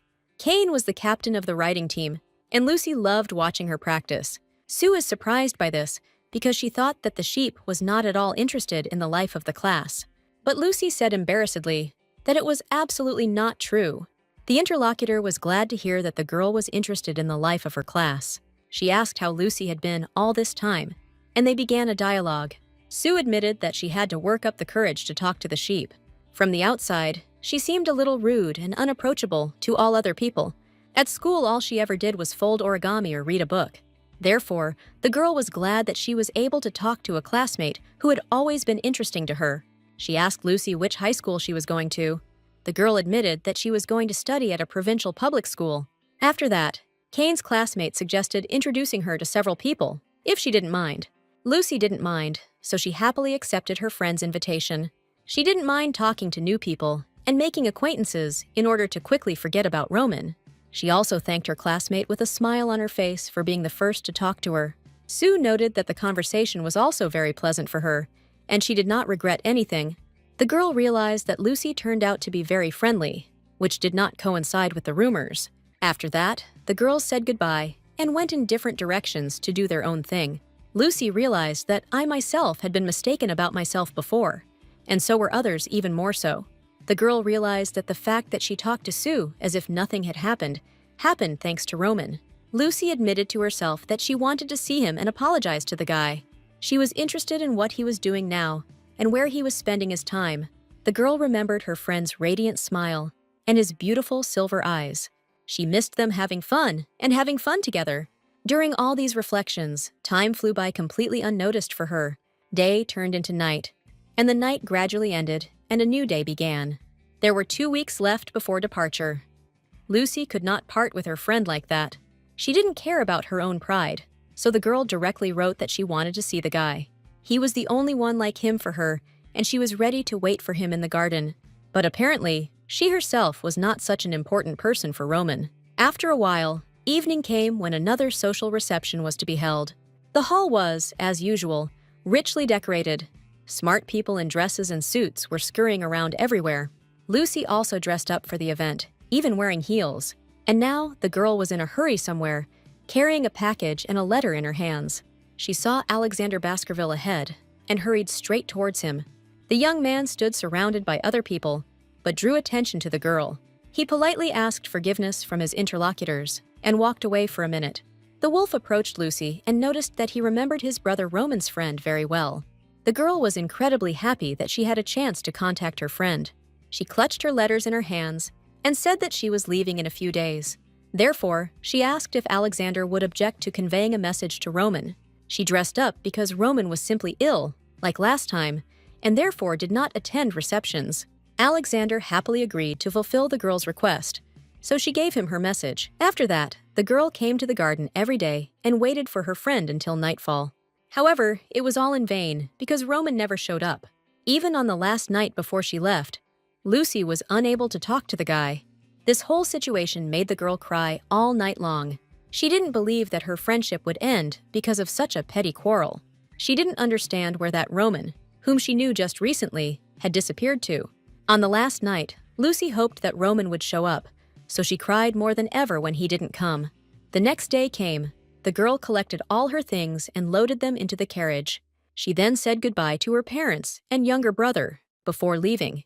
Already in the carriage, Lucy was thinking that she no longer needed her friend Roman, but she was going to continue living even after such a separation. The girl promised herself that she would make many friends and try to forget Baskerville as quickly as possible. She remembered Sue, whom she only managed to talk to for the first time at her last appointment. The girl no longer wanted to make the same mistakes and decided to completely change. Now her name was Lucy Hutman. She could start over with a clean slate and forget about the whole past. After some time, the girl arrived at her new provincial academy. It was too deserted because she arrived too early. Lucy was so worried that she wanted to run somewhere safe. So far, the girl was just walking through the corridors and classrooms of her new school.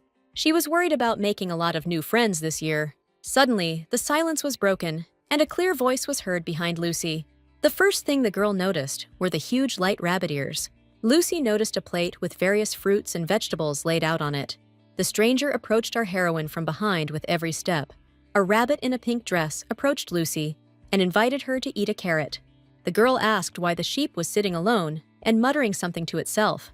Lucy looked at her interlocutor again and realized that she could not take her eyes off her. She was especially interested in the cute light huge ears of this rabbit. From the tips of her ears to the tips of her toes, this entire girl was just incredibly cute. Lucy accepted the carrot with pleasure and promised that she would eat it soon.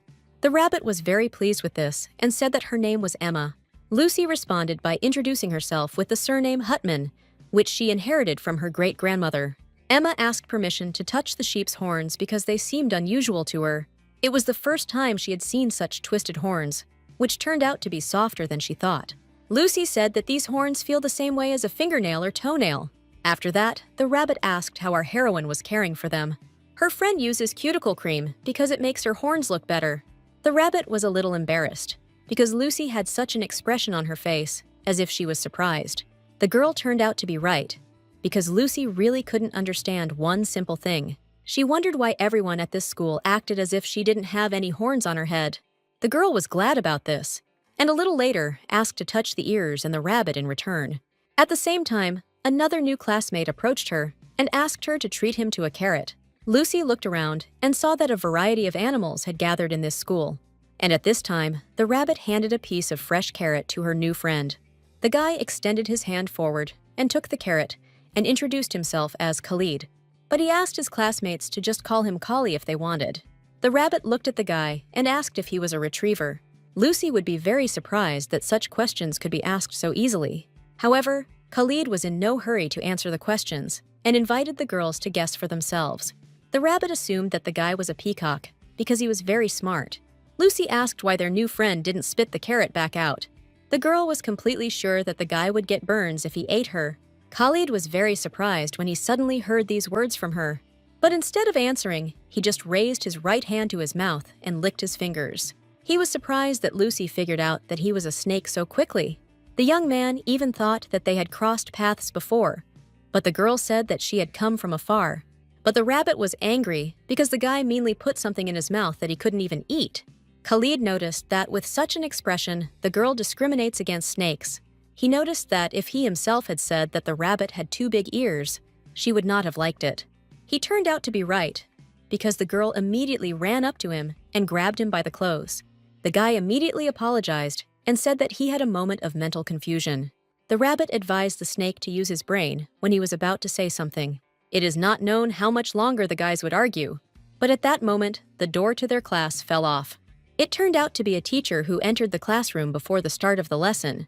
The rabbit sat behind her and looked at the snake with a contemptuous look, wanting him to be a good boy. Lucy was surprised that a raccoon would teach their lessons. Only after this did the girl notice something strange that distinguished her new class from the previous ones. Unlike the previous private school, this one had a lot of different animals. There was even a guy who was a deer and wore huge, beautiful antlers on his head. This allowed Lucy to understand that she was not the only one at this school. For the first time in a long time, the girl was able to smile calmly and not think about sad moments. She looked out the window and thought that in this school, she was just a piece of an unusual landscape. Outside the window, there was beautiful sunny weather, which added to our heroine's good mood. At lunch at the school cafeteria, the girl also encountered something new for herself. There was a lot of vegetarian food on the tables at this academy. At that moment, Emma came into the buffet and invited her new classmate to have lunch together. The girl said that Lucy simply had to try local apples. Sheep thought that without Roman, she would not be able to make friends with anyone else. But then, it turned out that she found several people to communicate with on the very first day. Khalid also joined them at lunch, having already put some food on his plate. Lucy was glad to have a new addition to the company, but the rabbit was clearly annoyed by it. She pointed to the vegetable and fruit plate in her hands and asked if the snake was going to eat that too. Khalid answered that he is not going to eat, but would like to sit with the guys. He was already sick of the rabbit's accusations, so the guy assumed that she was a racist. These words sobered up the girl a little, and she agreed that we could have lunch together. Emma knew that there was a prestigious school nearby just for snakes, to which the guy replied that he came here at the behest of his parents, who did not want to waste money on going to school. The rabbit was annoyed that the guy constantly used words like discrimination and prejudice. Lucy tried not to enter into their agreement, just looked around. The girl saw a small portion of her new acquaintance and thought that he would not be able to get enough of her. She remembered her friend Sue Kane, who ate huge portions of meat. The snake noticed a slight confusion on the side of his new acquaintance. He put his finger to his lips and asked not to say anything about it. Lucy decided that the guy might have his own reasons for doing this. She answered questions from her friends, who were very surprised that the girl came from the capital. Lucy explained this by saying that she wanted to move to where her great-grandmother once lived. After this answer, silence reigned at the table. No one uttered a sound. After that, the conversation flowed as it usually does between completely normal classmates. Khalid wanted to sit with them, but the rabbit did not understand why the guy could not spend time with his friends. The snake noticed that he didn't have any friends at this school yet, and asked why Emma didn't like him so much. The girl replied that it was not that she didn't like him, but something else. Khalid could not simply accept such an answer, and asked the girl to stop hating him. While they were arguing, Lucy decided to herself that she needed to make at least one friend with horns on her head. Quiet everyday life began as a student at a provincial school for creatures. The girl took the advice of her new friend and bought herself a cream for the horns. She began applying it to them every morning and evening, which improved their appearance. The smell was so wonderful that everyone in the school started turning to look at Lucy. The girl did not immediately notice that this delicious aroma was constantly leaving her, but the rabbit immediately smelled it as soon as she entered the audience. She approached Lucy and was clearly very excited about something. She asked the girl to listen to her and take the words correctly. Emma noticed that Lucy now had a very tasty smell that made her want to bite and eat her. The sheep did not at all expect such a reaction from another herbivore. The girl took her friend's words seriously and decided to double-check everything in the evening. The next day, she brought her cream to school and showed it to the rabbit. It turned out that the cream was for those who are predators, and Lucy did not notice it. She said it was her first time buying something like this, so she didn't know much about it. It was a little dangerous because all day she smelled like food for predators. Even Khalid agreed with his friend this time and advised her to read the label more carefully. Lucy agreed and said that she would replace this cream with one that is unscented. The girl was upset because she thought she was very stupid. However, friends noticed that everything was fine. Classmates would forget about it in a few days. After that, the rabbit attacked the snake because it was funny for him in such a situation. Khalid noted that he himself must check all the existing perfumes at home and throw out the unnecessary ones. Rabbit couldn't understand why the guy would do all this. After all, the main thing is that he himself does not feel anything like that. But instead, the guy just asked how the girl felt about the smell of flower-scented perfume. In fact, Khalid did not even know that flowers are divided into edible and inedible. He was more amazed that Lucy herself found out about this only now. The girl didn't know what to answer to this, so she just stood there silently. She later added that she didn't want that kind of attention anyway. The rabbit reminded her that soon everyone would forget about what happened, so there was nothing to worry about.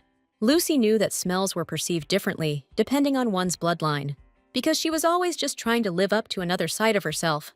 Homework and exams alternated between each other, so the semester flew by. Lucy regularly attended all classes and took excellent notes. She came to this school because she wanted to mingle with the crowd like this. But for some reason, she had the feeling that her heart was about to break into pieces.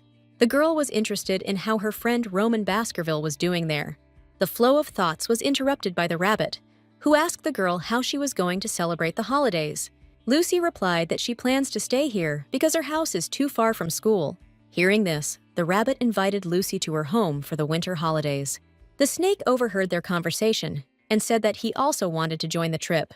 He looked the rabbit straight in the eyes and asked if she would take him with her. At first, the girl was very surprised by this proposal from the guy. Khalid already spent time with them all the time, so she didn't understand what else he needed. And the guy still couldn't understand why the girl didn't love him so much. Lucy at that time was immersed in her thoughts and constantly thought about Roman. She wondered if she suddenly had a fight with Emma or Khalid.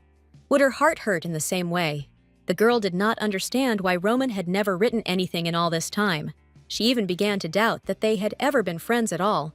A few days later, rumors spread around the school that a new student had transferred to them. Everyone was surprised that the guy transferred almost before the holidays and not at the beginning of the school year. They said that he came from the capital and his family was very rich. We assumed that he had either done something wrong or was an illegitimate child who was hated in the family. After these words, Lucy suddenly had a thought, but the girl couldn't believe it. She abruptly jumped up from her chair and walked out of the classroom. The girl didn't understand why she was going somewhere. If she decided that she wouldn't do anything, even if it was Roman, she promised herself that she would forget about him. Lucy didn't know if they could make peace, so she didn't want to hope for anything. She didn't understand why Roman would come here. It's unlikely that he would have followed her. Besides, Lucy never told the guy where she was going. Suddenly, the girl heard someone calling her name, so she stopped in the middle of the corridor. Lucy realized that this voice was very familiar to her and belonged to her friend. The girl began to look around, and tears appeared in her eyes. Looked to the side. The girl's eyes came across a figure familiar to her. The guy was beautifully dressed in a suit and wore a soft green scarf around his neck. He stood in the middle of the corridor and looked at his friend, asking her why she froze. Roman extended his hand forward and asked the girl to come closer to him. He himself moved closer to Lucy to hug him as before. The girl shuddered from such an unexpected request, and from the fact that it really turned out to be Roman. The guy said that he really missed his best friend very much. He looked straight into the girl's eyes and asked if she missed him too. The guy bent down and grabbed the girl's fragile body into a tight embrace. Lucy was so amazed by what was happening that she froze and did nothing. She missed her friend very much and dreamed of seeing him as quickly as possible. She even thought that maybe her friend had not received her letter. The girl did not understand what was happening, because just recently she was very angry with him. However, Lucy pulled herself together and returned her friend's hug. Roman once again said that the girl could not even imagine how much he missed her. But Lucy noticed something strange in his behavior now. Roman, unlike in the past, no longer waved his tail from side to side. Lucy realized that this guy was different from the Roman she knew. She asked the guy to let her go and asked why he had never contacted her all this time. This question took Roman by surprise. The guy was surprised and remained silent in response. He then let go of his girlfriend and looked straight into her light blue eyes.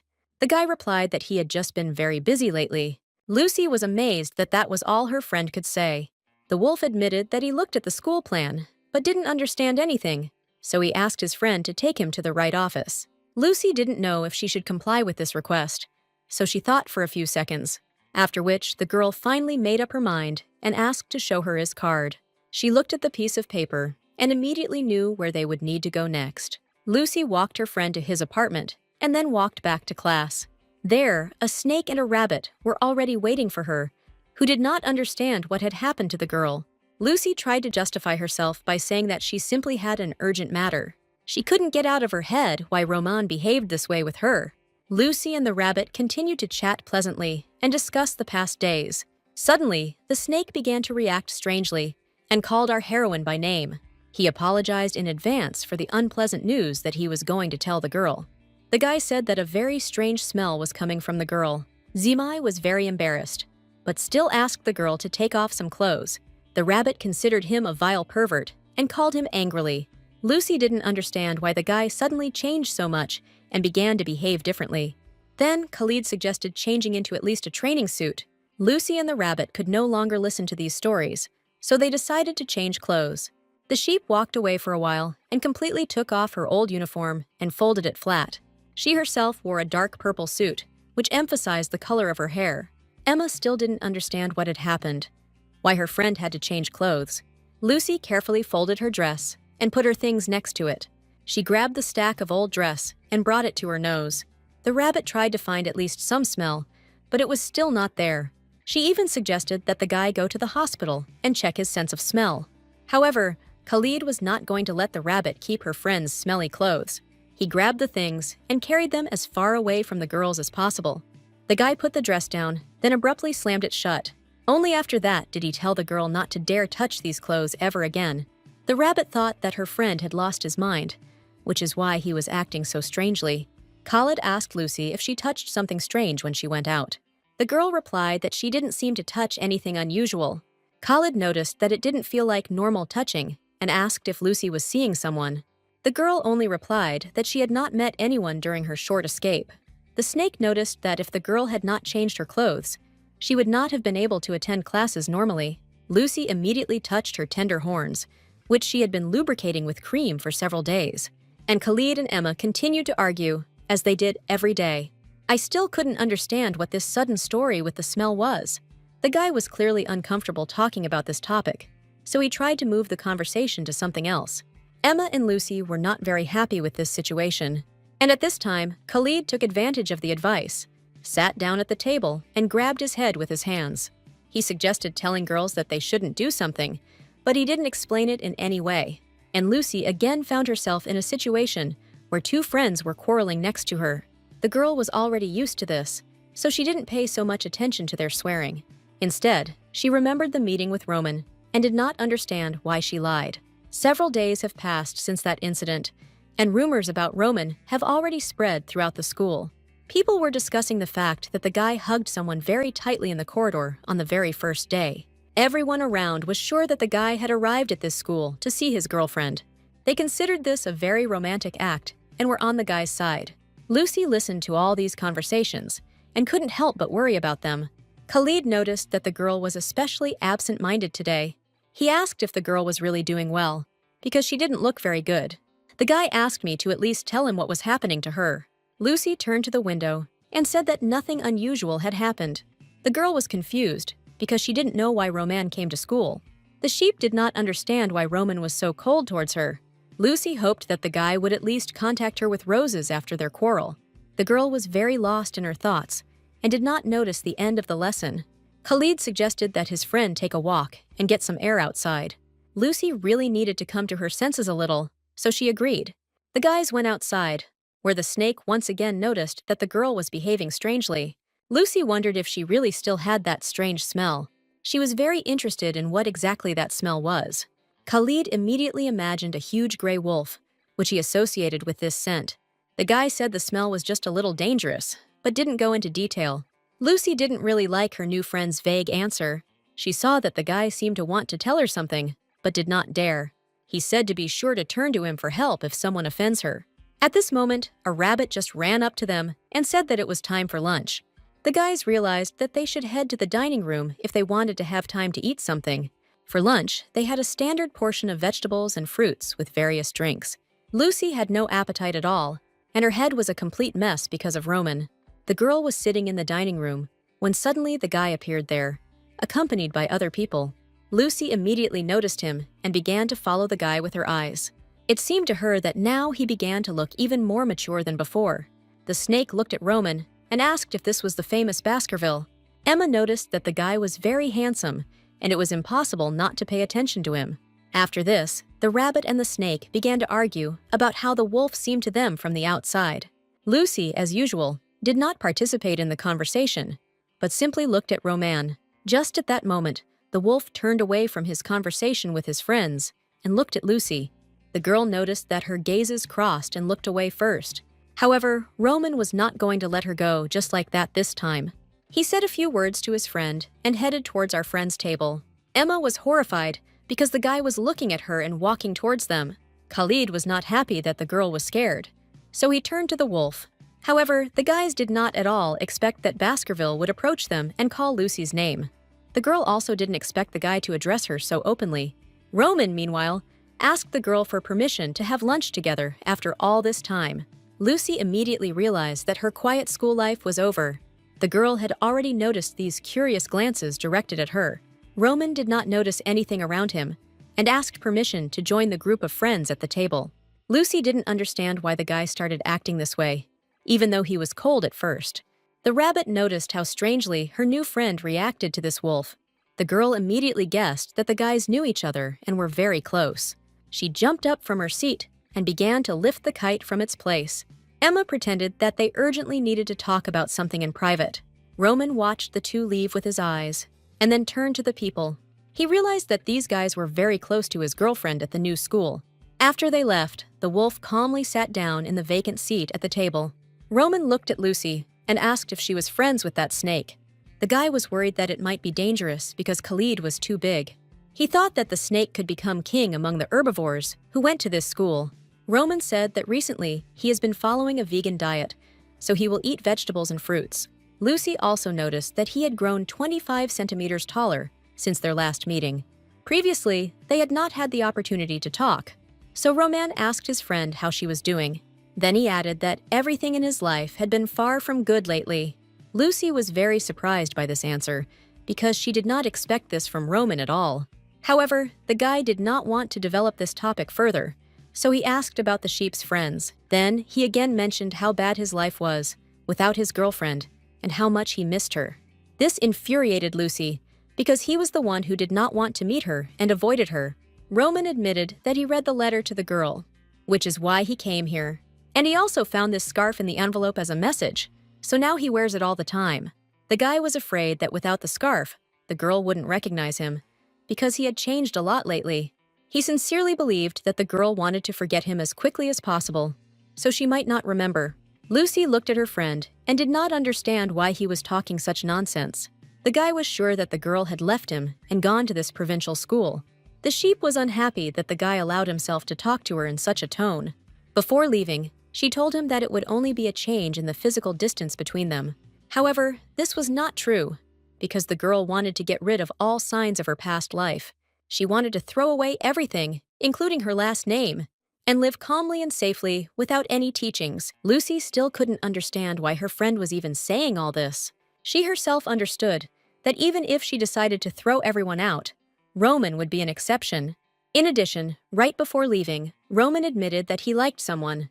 The girl noticed that it was Baskerville who had not written to her for several months.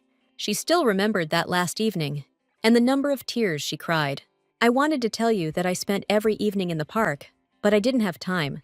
Roman looked straight into the girl's eyes and said that he missed her. This conversation even brought real tears to Lucy's eyes. And the guy kept repeating how much he missed his girlfriend. He understood that the girl was puzzled by his arrival at this particular school. Roman admitted that he did it because Lucy Hutman was there. For some reason, the guy believed that when they met, they should pretend to be strangers to each other. Both did not want to appear to each other as some kind of continuous reminder of the past. The guy noticed that if the girl wants to continue hiding, then she can do so. But he himself, one way or another, really missed Lucy very much, so he came here to see her. The girl, as usual in such situations, simply sat on a chair and did not understand what to do next. Roman got up from the table and headed towards the exit, and Lucy looked once again at the retreating silhouette of a wolf in the distance. The guy turned away, but Lucy managed to think that she had caused him a lot of pain. The girl still saw how the guy was going through the conversation. Lucy was unpleasant that the guy this time thought that it was her fault. Just at this moment, her friends came from a rabbit of snakes. The guys immediately noticed that the girl's eyes were wet, as if she had just cried. The snake immediately guessed that the wolf Baskerville had come to visit her. She said that she accidentally ran into him in the school hallway. Khalid looked straight into our heroine's eyes, trying to find the right option. The girl also attacked him with her gaze, but still could not bear so much. Several more days passed, mostly discussing Roman and his girlfriend. Lucy still didn't understand how to behave with the snake. The guy asked if the wolf was the sheep's lover, but Lucy answered in the negative. The girl said that the wolf was just a friend, although they had not hugged often before. Khalid told the girl that friends of the opposite sex usually don't do that. In addition, he noticed that you do not necessarily interact with him if they do not meet. Before I could tell the most important thing, Emma entered the room. Khalid and Lucy were immediately forced to interrupt their dialogue. The snake came to his senses first and waved friendly to the girl, beckoning her to come to him.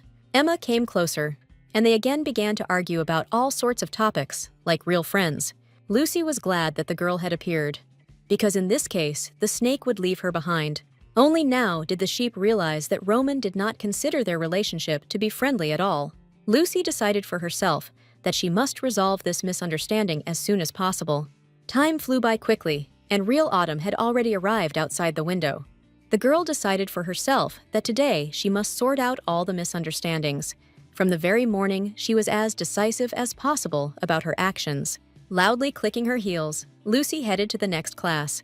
The girl just walked in and immediately from the doorway demanded to show her where Roman Baskerville was. The guy was standing right in the center of the room, talking to some other girl. He noticed that Lucy came to him and wanted to talk about something very important. This time, the girl decided not to hold back and say everything loudly and clearly, without taking into account the opinions of others. The first thing she noticed was that Roman missed her as much as she missed him, although the girl was sure that the guy was even more bored than she was. People in the class, of course, heard their conversation and already began to whisper. Roman looked down at his girlfriend and was silent for a while. Lucy saw that she was not getting any answer, so she began to worry herself. The girl looked away and invited her friend to talk a little about it. Roman still couldn't answer anything and just stood silently and looked at the girl. He then said that he already had an appointment right now, so he was a little busy. Lucy did not expect this turn of events at all, so she was confused. Roman seemed very adamant in his decisions and actions. Then the girl next to him suddenly woke up and said that it was she who invited him to dinner. She even invited Lucy to join them if she wanted. Of course, the girl did not do this and politely refused the invitation. After which, Roman said goodbye to his girlfriend and said that they would see each other next time. Lucy was confused because she was sure that the guy moved to this school because of her. Roman himself recently told her that he is not offended by her at all. And now, he simply turns around and once again leaves the conversation. Lucy thought they had grown far enough apart now. She spends time with her friends. Roman spends time with his friends. Late evening in a large provincial town. Many people's windows are still burning. Lucy was drinking warm tea from a huge mug when she noticed something unusual. There was a small paper note tied to her bag that wasn't there before. It was said that Roman asked to give him a tour of the school at night. Lucy was surprised that Roman wrote a note for her. At the appointed time and day, the girl appeared in front of the closed park. Lucy couldn't miss the meeting, so she arrived on time and immediately started looking for her friend Roman. And at that time, the guy stood calmly in front of the entrance gate and waited for her. First of all, he smiled sweetly and thanked the girl for coming to him. The guy took a couple of steps forward and slowly extended his hand to the girl's face. He gently stroked her cheek and realized that the girl was cold. Immediately after this, the guy rushed to hug his friend to help her warm up. Thus, they stood for several minutes in complete silence. Lucy didn't understand at all why the guy suddenly began to behave this way if he had recently been cold. The girl realized that their hug was a little too long for the usual friendly greeting. She remembered the snake's words about the smell and asked if the wolf could smell it. However, from Roman's surprised face, the girl guessed that he did not understand what he was talking about. Roman wanted to figure it out and asked Lucy again what smell she was talking about. The girl said that yesterday she was told that a strange smell was coming from her. Roman was angry that one of her friends would say such a thing. Lucy promised to introduce Roman to all her friends, but she was still worried about the smell. The girl talked a little about how wonderful her new friends Emma and Khalid are. Roman reached forward and gently took Lucy's right wrist. She sniffed the girl's hand and said that she only heard a pleasant aroma. The guy decided that the snake simply decided to play a trick on the girl and deceived her. And the guy also noticed that if he were in the snake's place, he wouldn't joke with the girl like that. What worried Lucy at that moment was that her friend's tail was motionless. I didn't understand why this was happening, because before he had never found a place for himself. The sheep removed her hand from the wolf's hands and added that the snake was not such a bad person. Even if he likes to joke, he will never try to offend anyone. The guys walked leisurely around the park and talked about various abstract topics. Lucy noticed that her friend looked like a completely different person, which interested him. The girl admitted that after a while, the guy began to seem a little stranger to her. However, Roman noticed that he was still the same as before. Lucy looked at her friend under the night sky and couldn't take her eyes off him. She wondered why he asked to give him a tour of the school at night. Roman generally continued to talk about the fact that Khalid is a bad guy. Roman asked how the sheep managed to make friends with this wolf. Lucy replied that she was just lucky, because both Emma and Khalid spoke to her first. The sheep asked Roman how his day was, why he didn't ask that girl to show him the school. The guy replied that he just got bored with her, and that's why he didn't do it. Lucy is glad that her best friend decided to ask her for the excursion. However, the girl was still fiddling with her fingers because of her excitement. This touched Roman a little, who watched the girl closely. He covered her hands with his palm and noticed that the sheep was all cold. He promised to walk the girl home when she left. This proposal surprised Lucy very much, but she was pleased with his concern. Today was a very cloudless night, and there was a full moon in the night sky. Roman said that in fact, a lot happened to him during Lucy's absence. The girl was ready to hear this story in full, so at first she was scared. Lucy understood that the guy wanted to tell her something, and the excursion was just an excuse. The girl called him a very wonderful friend. It was clear from Roman's face that this word again caused him a lot of pain. With an expression of some despair, the guy said that they were really best friends. Then, Lucy asked why her friend had not contacted her all this time. Roman said that his older brother Alexander got married, and they had a modest wedding. The guy himself wanted to arrange a small ceremony before his bride left to study abroad. In fact, Roman wanted to tell his friend about this for a long time. He wanted to do this for a very long time, but something kept stopping him. Roman seemed to be mentally determined to jump from a huge cliff. He looked so scared. He admitted that he really hated his girlfriend for a while, but the guy quickly added that he hated her for his own reasons, without her fault. He explained that he understood his own feelings too late. He asked if Lucy knew the reason why he came here. Roman remembered very well that the girl missed him very much. She was already gradually guessing what the whole conversation between them was leading to. Roman promised that he would say what he was going to say on the day of their last meeting. He looked straight into Lucy's eyes and said that he really loved her very much. Roman said he came to finish the confession he was going to make that day. He understood that he had done a lot of bad things towards his girlfriend. He was angry and tormented, although she had not done anything wrong and was not to blame for not being able to reciprocate. Now, the wolf understood that Lucy perceived him simply as a friend. Roman added that he needed time to put all his thoughts in order. If he had loaded up with his girlfriend then, he would not have been able to let her go later. Roman was sure that he would ask the girl not to leave him and not to go anywhere. That's why he came to apologize, because Lucy shouldn't lose her precious friend. Now everything was okay, because the wolf no longer had such thoughts when he offended the girl. Now he too only saw her as a friend and not as his love interest. The wolf admitted that he could now become a true friend for the girl. He looked into her eyes and asked if she missed him. He also asked if he could still call himself her close friend. Lucy replied that she completely agreed with everything he just told her.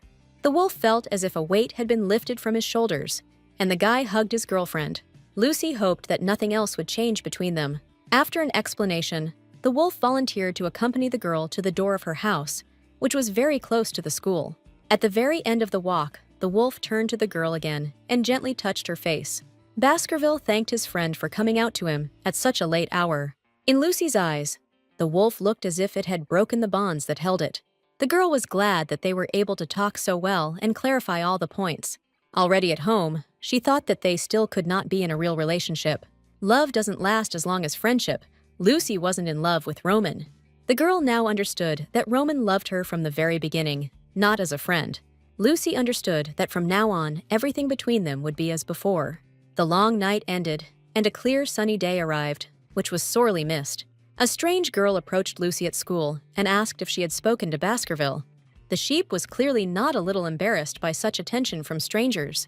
The girl already wanted to ask our heroine for something, but she refused in time. She explained that she and Roman are not as close as this raccoon thinks. It seemed that the stranger was satisfied with this answer. She wished her luck and left. Lucy was only thinking about how her life would have turned out if Roman had confessed earlier. The girl still couldn't get rid of the thoughts in her head and the question of whether they could be together. Even now, the sheep noticed that she had torn all her origami paper due to stress. She should have been glad that Roman no longer loved her, but her heart was hurting.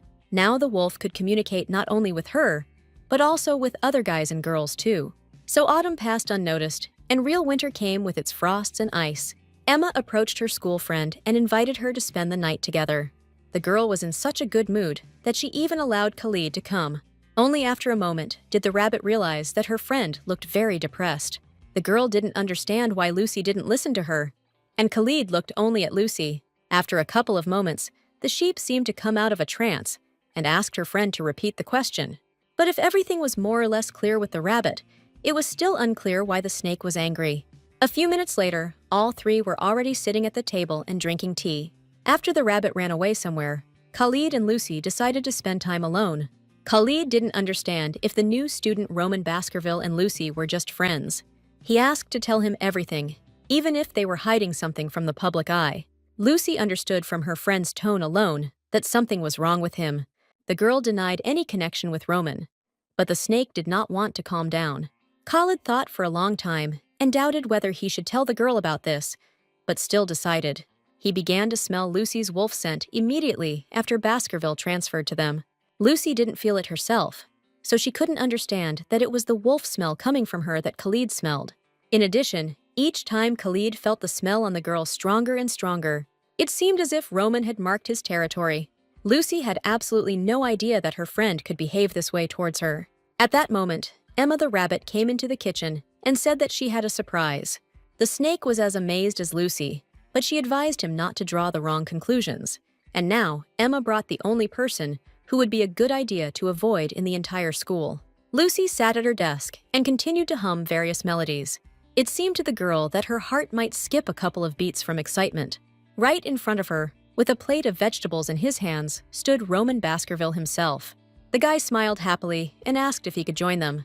In turn, Lucy could not believe that he was specifically marking her. Emma saw the confusion on her friends' faces and misinterpreted it. The girl ran up to the snake and invited him to have dinner today, just the two of them. The guy did not want to leave his girlfriend with the wolf, but the rabbit was very persistent in her beliefs. Emma quickly persuaded the snake to leave the room and leave Roman and Lucy alone. Roman followed the retreating couple almost until the very end. Lucy was sorry that the guys left, because she would like to introduce them. Roman had no choice but to join Lucy and chat. The guy even suggested that the two were dating each other. He remembered how the snake looked at the rabbit with a dreamy look. But Lucy noticed that these two were just good friends at school, to which Roman noted that the guys looked good together and could very well date. However, he also noted that the guys are in the same relationship as they were before. Lucy realized that at such moments, Roman could be a very straightforward guy. I decided to clarify something from my friend firsthand.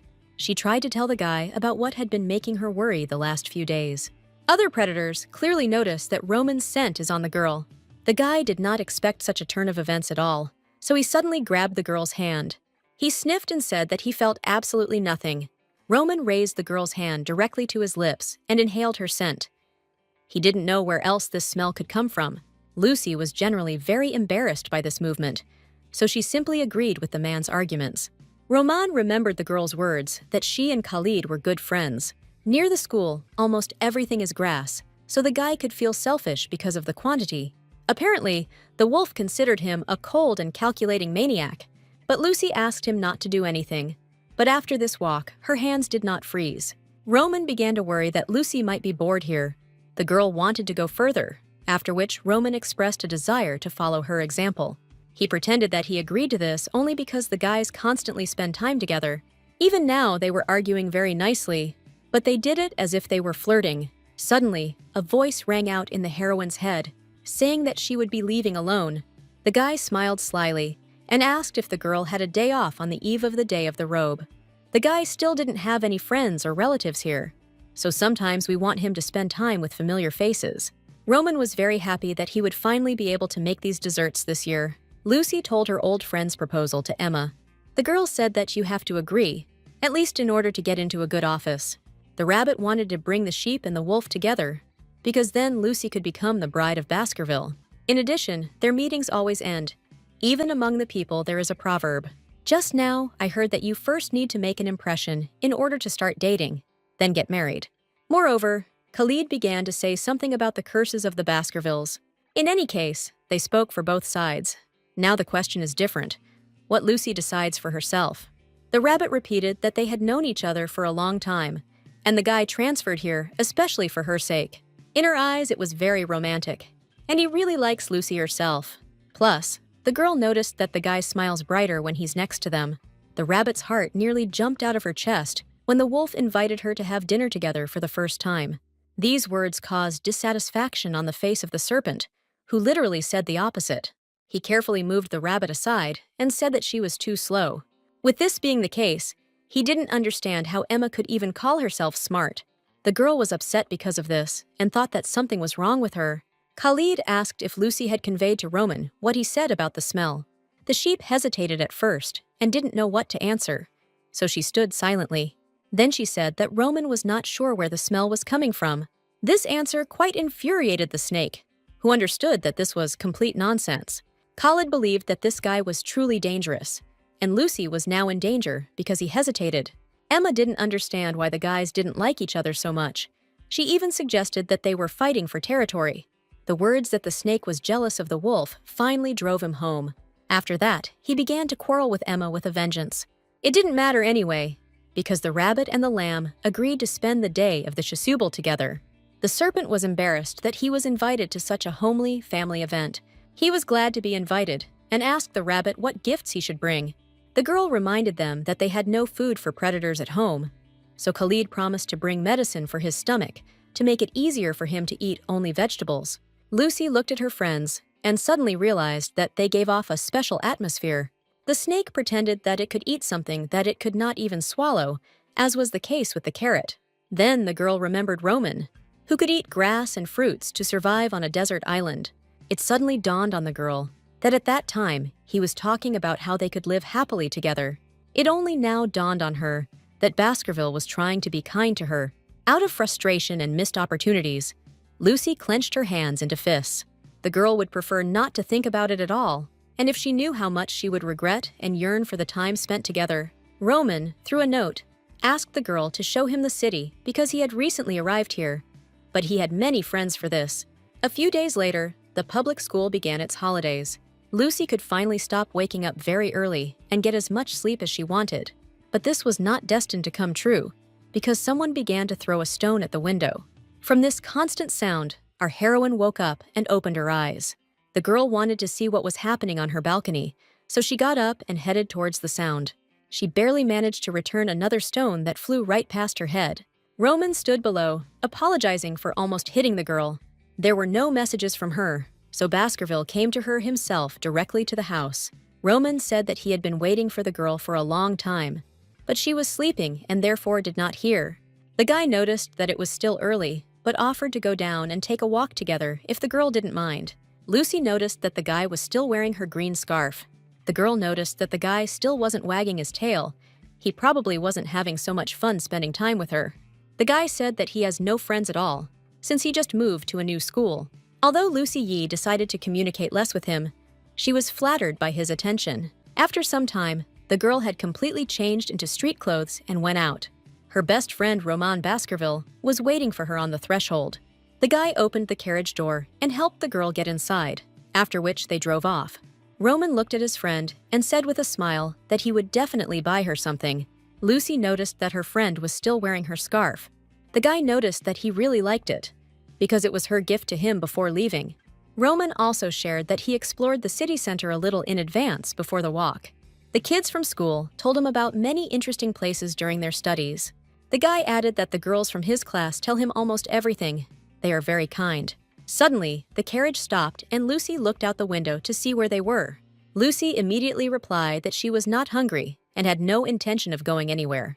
Roman remembered very well how the girl, literally recently, was ready to eat everything. So he opened the carriage again, gave the girl his hand, and bowed to the coachman in farewell. Lucy was forced to admit that he behaved very gallantly indeed. At first, the guys just stood opposite each other and looked at each other with strange eyes. Lucy was both embarrassed and radiating some kind of self-confidence. The girl said that all this is only because the guy is now taller than her. The wolf was worried about what still seemed unfamiliar to her. Lucy shook her head from side to side and said that this was all wrong. The wolf was incredibly happy that the girl was not afraid and remembered. After that, he opened the door again, and the couple entered a small, cozy coffee shop. The guys took the menu, selected several drinks and desserts from there, and gave it back. At some point, Roman extended his hand forward and asked Lucy to give him her hand too. The girl sat calmly and drank tea and did not understand why she needed to do this. It seemed to Roman that Lucy was cold, so he wanted to warm her up in this way. Lucy heard that sheep stay away from each other in winter, but in summer they huddle closer to each other. The guy asked why the girl didn't go home during these holidays, and if she wanted to stay away from him. The sheep blamed everything on the fact that the holidays were too short, and she needed to prepare for the next semester. Roman was happy about this, but Lucy understood that this was not the main reason. She herself did not understand why she stayed. While the guys were talking, they had already been brought a ready-made stack of delicious pancakes, topped with maple syrup and berries. Lucy was drinking tea, and Roman volunteered to cut pancakes for her, so the atmosphere was reminiscent of a date. The wolf promised to accompany the girl everywhere if she wanted to, of course. He himself planned to begin by adapting to the local environment. For example, tomorrow he was invited home by a classmate. Lucy was very curious about this classmate, but she had no right to ask this. The next day, and then the day after that, there were no messages from Roman. Lucy Hutman hated that everyone wanted to date Roman Baskerville. She couldn't think about anything like that at all, because she was jealous of him. Lucy admitted to herself that she wanted Roman to be just for her. The girl definitely wanted to get rid of this terrible feeling. She wanted to open her soul to someone, like Emma, but she would not be able to understand the feelings she was experiencing. There was another option, Khalid, who may have known what those feelings were. He was also a predator, so Lucy was more inclined to talk to him. Finally, after a few days, the holiday in honor of Reese's Day arrived. On the street, everything was completely decorated for various types of fairs and performances by artists. Of course, Lucy went to celebrate this holiday in the company of her friend Roman, and now the young man offered to win a toy for her in the next competition. Here it was necessary to shoot down the desired toy using a special weapon. Roman was quite accurate, so he knocked down 2 toys with the first shot. Lucy was pleasantly impressed that her friend turned out to be a pretty athletic guy. They decided to take a wolf toy as a prize, and Roman immediately gave it to Lucy. The girl was a little embarrassed. She thought that she should have gone with Emma. Roman noticed that the girl was very pale, so he asked if she was okay. To this, the sheep replied that she was just a little dizzy. The next second, I noticed the guy extending his huge hand towards her. The young man touched the girl's forehead and immediately understood what was going on. She developed a fever, so Roman suggested leaving immediately and going home.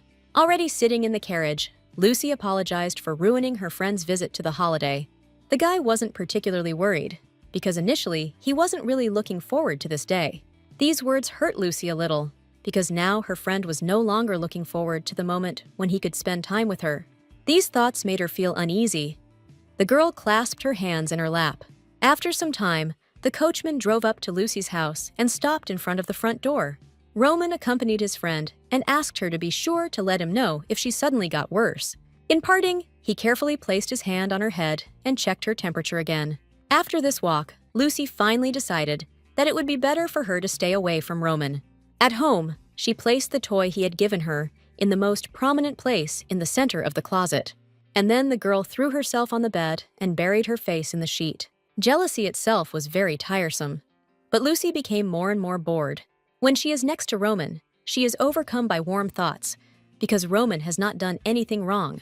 And this meant that she herself did the wrong thing by running away from his feelings once. Suddenly, there was a knock on the door. Someone wanted to go inside. The girl tried to stop crying and went to open the door for her visitor. Lucy did not at all expect that her classmate Khalid would be standing on the threshold of her house. The guy apologized for the late visit and asked the girl for help, which she could not refuse him. Initially, the friend went to visit Emma, but then ran away. Emma was also supposed to visit Lucy soon. The snake looked into the sheep's eyes and said that he had confessed his feelings to Emma. Lucy was very surprised by this fact because she had not at all counted on such a turn of events. Khalid was very upset because he had done this and was now worried. Now all he asked Lucy was to say that he was a good person in every sense. It was not difficult, so Lucy immediately said syllable by syllable that Khalid is a good person. He was very pleased to hear this, but the guy asked to say this not to him, but to Emma. The rabbit herself knew this very well, but the guy hoped that the sheep would help them connect. He sincerely admitted that he wanted to date the rabbit because he liked her very much. Lucy asked her friend to calm down and said that she understood his feelings.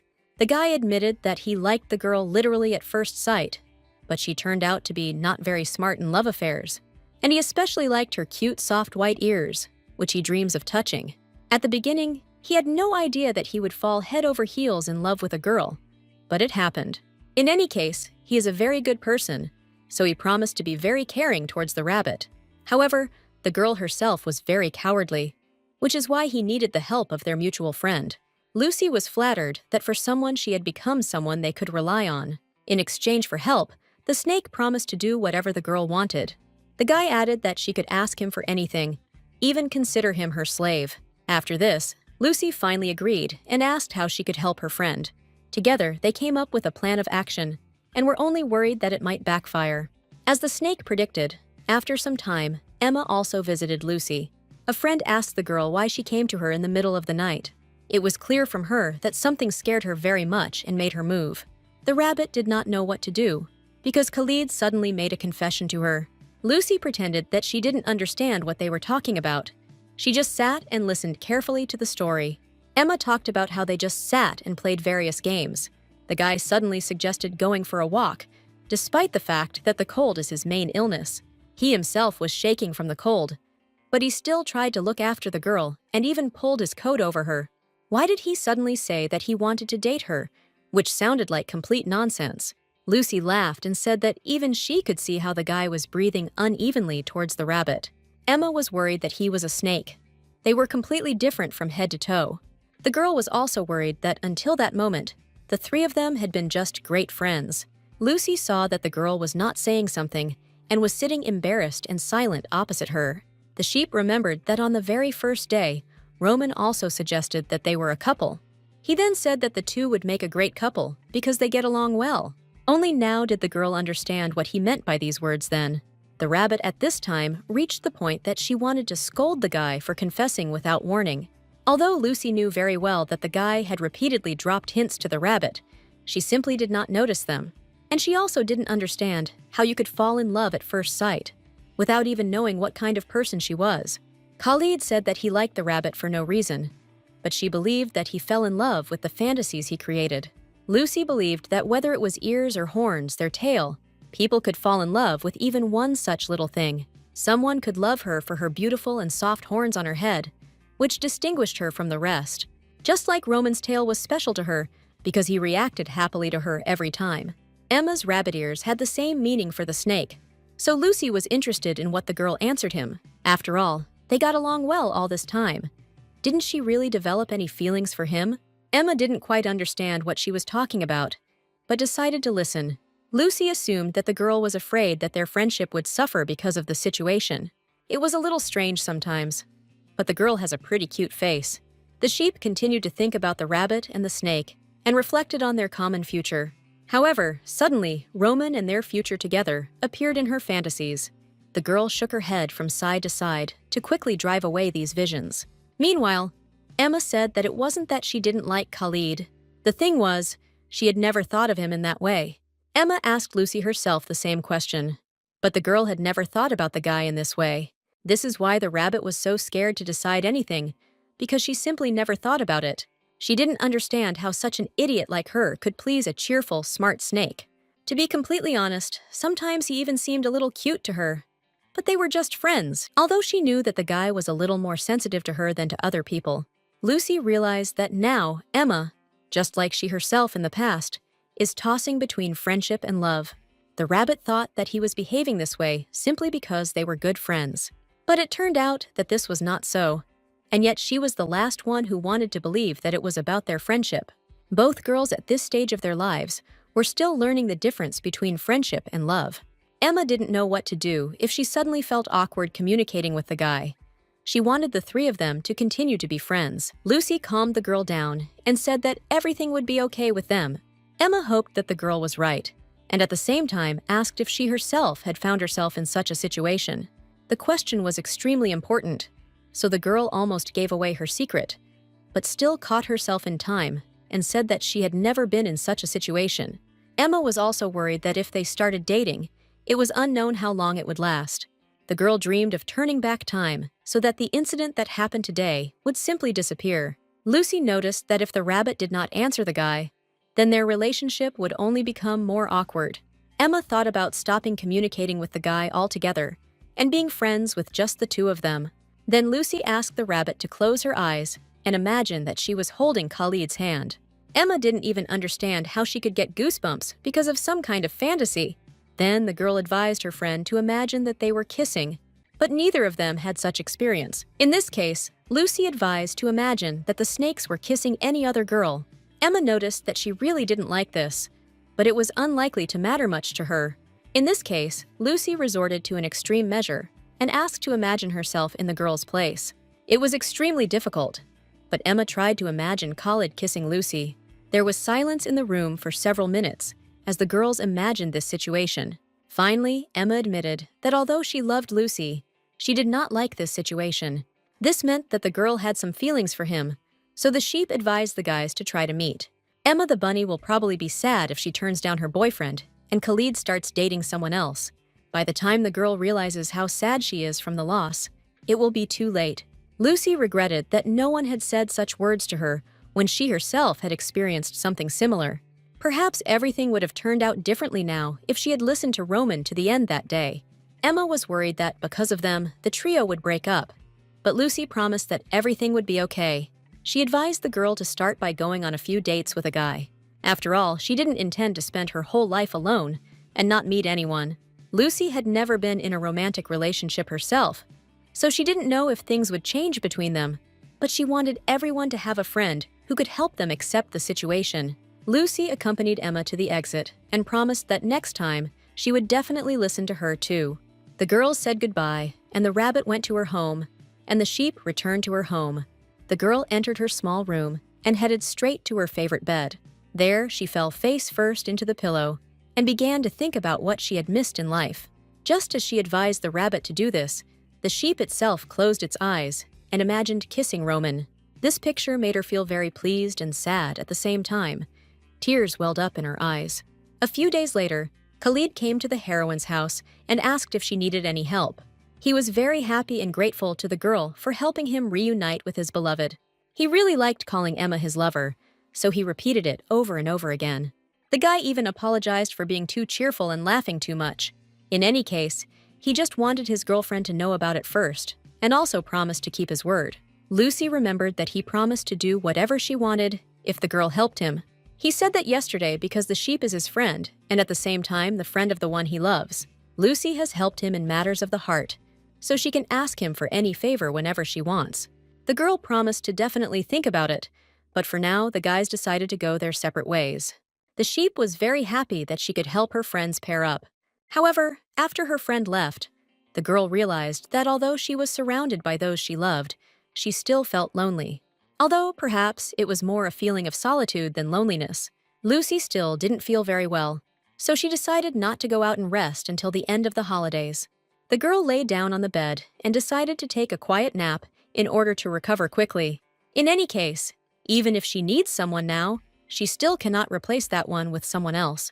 She didn't really know what she was looking for when she came here, or on the contrary, she wanted to throw something away. Now the girl's whole body ached. She thought that it would have been better if she had not met Roman. She was sick, so she fell asleep quite quickly and did not hear anything that was happening around her. That's why she missed someone throwing something at her window and breaking the glass. The next morning, the girl woke up and realized that she had caught a cold. She looked at her chest of drawers and was surprised that the wolf was standing right in the center, although she didn't seem to put him there. Then the girl saw that her bedroom window was broken. Because of the wind, it was very cold in her room, so it was necessary to quickly resolve the issue with the window. The girl even thought that she needed to return home. Then she would not catch a cold. Lucy made herself some tea to warm up after sleeping with the window open. As soon as she relaxed for a minute, the girl also began to imagine how she was kissing Roman again. Lucy didn't understand what was happening to her lately and what she should do next. To begin with, the girl decided to deal with the window, which she had already covered with rags. She clearly remembered closing the window, so she didn't understand why it cracked. Suddenly, a searing pain shot through her left leg as she moved around the room. Lucy looked down and saw that it was a shard of glass being driven into her leg. The girl carefully leaned down and tried to carefully take out a piece of glass. It was still very painful, and her foot started bleeding. The first thing she needs to do is stop the bleeding and wrap her wound with a bandage. However, no matter how much Lucy tried to do this, the blood still did not stop flowing. The girl had already begun to fall into despair due to the fact that the bleeding did not stop. She was afraid that the worst had happened and that the shrapnel had hit some major artery. Due to blood loss and stress, Lucy began to feel dizzy and needed to urgently call someone for help. Luckily, Emma was nearby and ran to help her friend. First, she just needs to provide first aid. So the rabbit asked the girl to close her eyes and be patient. Her hands were shaking with fear when Emma the rabbit unwound the old bandage, which was all soaked in blood. After this, the girl washed the wound with clean water and removed small fragments.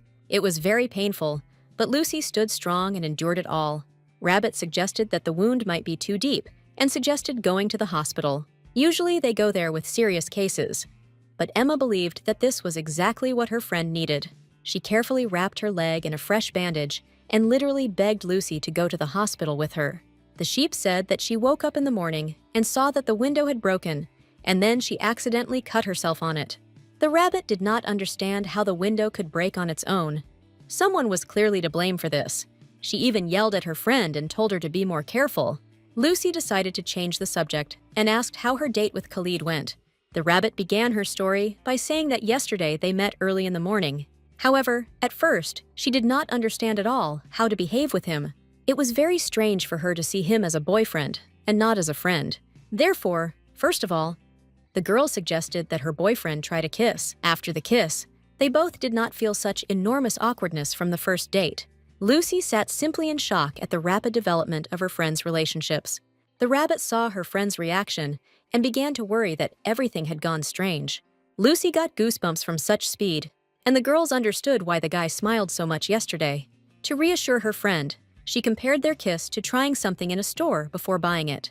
Such an action was very rational, and in any case, the guys had already done this. Lucy could tell from the rabbit's face that they both liked this kiss. Emma didn't understand how to explain it, but it was enough for her that she just liked it. The girl looked at her friend and asked why she had such a lost look. She stroked the sheep on the cheek and promised that their friendship would not change. They would communicate as before. After that, Lucy calmed down, and they continued to chat about their last date. Suddenly, the calm conversation between two friends was interrupted by a knock on the door from the street. The girls didn't call anyone, so they were wondering who came at that time. Lucy had a wounded leg, so the rabbit volunteered to go and check who came there. The girl came back with a very happy smile on her face and invited the sheep to guess the guest. Lucy wasn't expecting anyone at all, so she couldn't even guess the name of the visitor.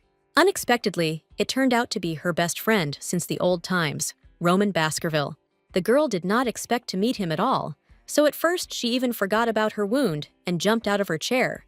However, the leg immediately made itself known, forcing the girl to sink back into the seat. The rabbit explained that the sheep was injured when it stepped on a piece of broken glass from the window. She also asked the guy how he knew where Lucy lived. Roman looked first at the broken window, then lowered his gaze to his bandaged leg and suddenly became very sad. The rabbit didn't understand what was going on here and why the guys were behaving this way. Roman looked into his girlfriend's eyes and said that he was very sorry. Emma saw that they were about to have a serious conversation, so she decided to leave early and give the guys a chance to talk. She thought that the couple was in the same situation as herself, so she decided to help her friend. The girl winked and then ran away to give the lovers the opportunity to be alone. Lucy didn't want to be abandoned and left alone with Roman. She looked at the young wolf and asked why he came here in the first place. The guy said he could still smell blood from his leg, so he asked if he could look at the wound. After the girl's permission, he carefully picked her up and carried her towards the exit. Lucy tried to convince him that she would go to the hospital herself if necessary. However, the guy believed that the girl was talking complete nonsense and was not going to leave her. He carefully helped the girl get into the carriage and ordered the coachman to head towards the hospital. Lucy thought that the guy worried too much about trifles. However, Roman admitted that it was he who broke that window in her room. It seemed to him that the girl was sick, so when he passed by, he lightly tossed a stone. He hoped in this way to call the girl to the balcony, like last time. However, he miscalculated his strength and accidentally broke it, but was going to tell him everything. Yesterday, he came to Lucy's house because he was worried about her and her health. In this case, Lucy decided to accept payment for the broken window and for the hospital bills too. Roman even advised me to tell my parents about him, but the girl said that everything happened by accident. She wasn't mad at her friend at all, because nothing serious had happened. Roman promised to make amends and fully compensate for all losses, but he was still upset that the girl called Emma instead of him when she got hurt. It seemed to Lucy that the guy was the first to begin to treat her indifferently. The girl was worried about going out without shoes and without makeup, but Roman noticed that even in this form, she looked beautiful. After these words, Lucy asked if he said this to all his friends. After some time, the carriage stopped in front of the hospital, and the guy extended his hand to help the girl down. Lucy noticed that she could walk on her own, so she refused help. He insisted that she should not step on her foot, but if she did not want to accept help, he would do something differently. The guy simply picked up Lucy in his arms, like a little feather. He asked the girl to stop being stubborn and just rely on him this time, but she was worried that others might see them in such a strange position. Roman didn't understand why the girl would make such scenes, because the more she behaved like this, the more attention they would attract. At the hospital, the girl's wound was cleaned. Small fragments were removed, and the edges were treated. Lucy was even a little tired of Roman acting like a mother hen and worrying too much. The cut on the girl's leg was small, so it wouldn't be very noticeable, even if there was a scar in the future. Roman blamed himself for everything, because besides this, something else could have happened. Lucy said that he did not need to blame himself for anything, because only he, Emma, and herself knew about this incident. Even so, Roman still considered it wrong and felt guilty. The guy invited the girl to carry her home and knelt down so that she could climb on his back. The girl was embarrassed to do this and wanted to go herself, but she was still not allowed to do this. Lucy didn't understand why the guy wouldn't treat her so well if he didn't even have feelings for her. Still, she has many options, so the girl carefully climbed onto his back and allowed herself to be carried. At home, she said that she wanted to rest a little and promised to call Emma if she suddenly felt pain. Regarding the broken glass, they decided that Lucy would replace it first and then pay the bill. It wasn't that big of a deal, so Lucy thanked Roman for his help today. The guy was worried, because if it weren't for him, nothing would have happened at all. Anyone would have done the same in his place. Lucy didn't want to take his words too seriously, so she simply agreed with him. The girl wished the guy to take care of himself and turned around to go home. She thanked the guy, even though he was the culprit of her incident. After that, the guys said goodbye, and Lucy went inside the building, closing the door behind her. The sheep believed that Roman should not think that it was all his fault. She sat on the bed and realized that this was the worst vacation of her life. Lucy received a letter from home in which her family asked about her life at the new school. The girl told the family that everything was fine with her, and the holidays were very short. That is why she did not come in winter, but promised to come in summer. Quite a lot of time has passed, so the girl's wound is slowly healing. Next, the girl decided to read a letter from her friend Roman. The guy wished her a happy new year and asked how her leg was doing. The new year did not mean anything special for the girl, and 2 weeks of winter holidays passed. Roman returned a little earlier than the start of classes and immediately went to his friend to check on her health. Lucy reported that almost everything has healed, and now it doesn't even hurt her to walk. Roman looked very upset and could not forgive himself for such an offense. Every now and then, he looked down at his girlfriend's legs and tried to find some differences in them. Roman took Lucy by the hand and said that he would take the girl home in the evening. If he is late, then the carriage will be waiting there in any case. He promised to do this until his leg was completely healed. That is why Lucy and Roman rode to and from school together in a carriage every day. The girl sat opposite her friend and felt a little awkward. She decided they needed to talk about something, so she talked about Emma and Khalid's relationship.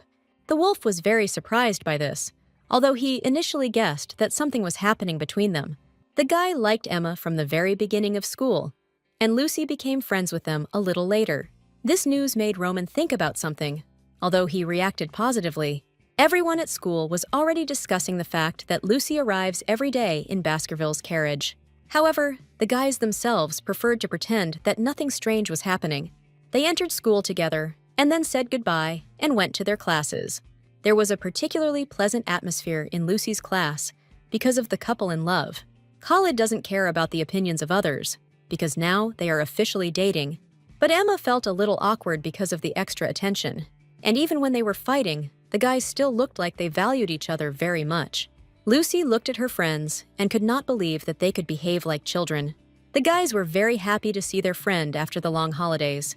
Khalid was still worried about Roman and was worried because Lucy was riding in the carriage with him. He didn't see them leave together, but his scent was clearly imprinted on all her clothes. Emma asked to help her calm the snake so that he would behave a little more restrained. The girl reported that her leg has almost healed, but still hurts a little. Khalid has only just learned that the girl was injured when she stepped on a piece of glass at home. Emma hoped that her friend's wound would heal by the beginning of the winter ceremony.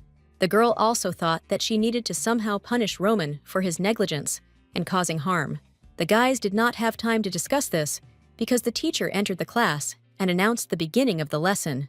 Lucy thought about using her injury as an excuse, but she was not sure that Roman would want to dance with her and not with someone else. Soon a school event began, which amazed the sheep with its scale.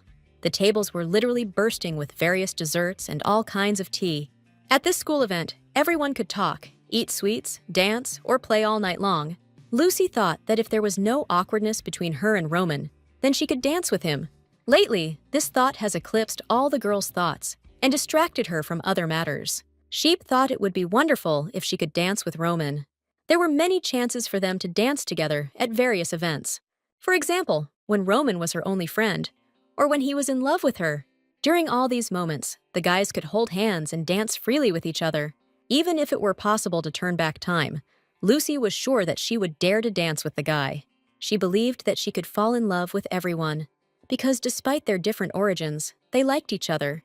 Emma looked at her friend and asked why she was folding origami from pages. Lucy herself didn't notice how she began to steal sheets of paper from the notebook and put together various shapes. Emma thought that her friend was doing this simply because she was bored in this lesson. But Lucy understood that this was something more, because she had never done origami before. Khalid also noticed his friend's confusion and realized that something was wrong. Lucy noticed his look and thought that she could ask him for advice later. For now, the guy distracted his rabbit girlfriend and gave the sheep the opportunity to be alone. The best way to distract herself now was to focus on her own feelings. That's why the snake covered the rabbit's hand with his own and squeezed it gently. I didn't understand why people couldn't live on their own and felt lonely when they were alone. The boys went to play cricket, and Lucy said that if she got in the way, they shouldn't tell her about it directly. But Khalid noticed that they have separate time that they spend alone, and the girl is trying to distance herself from them. In any case, he wanted to talk to her about one small detail. The snake accurately noticed that the girl's leg had already completely healed, but she still continued to pretend that something hurt there. Lucy said she wanted to use this as an excuse to skip the winter ceremony and asked not to tell Emma. The guy didn't understand this behavior, because anyone would agree to go to the event with her. And then the guy added that the girl was clearly thinking about going there with Baskerville. Lucy was very surprised that the guy called her by her real name, Lepardier. Khalid admitted that their family has connections with the press, so he simply guessed everything. When he first appeared at school, Roman behaved as if he knew the girl, and Lucy herself seemed to be among herbivores for the first time.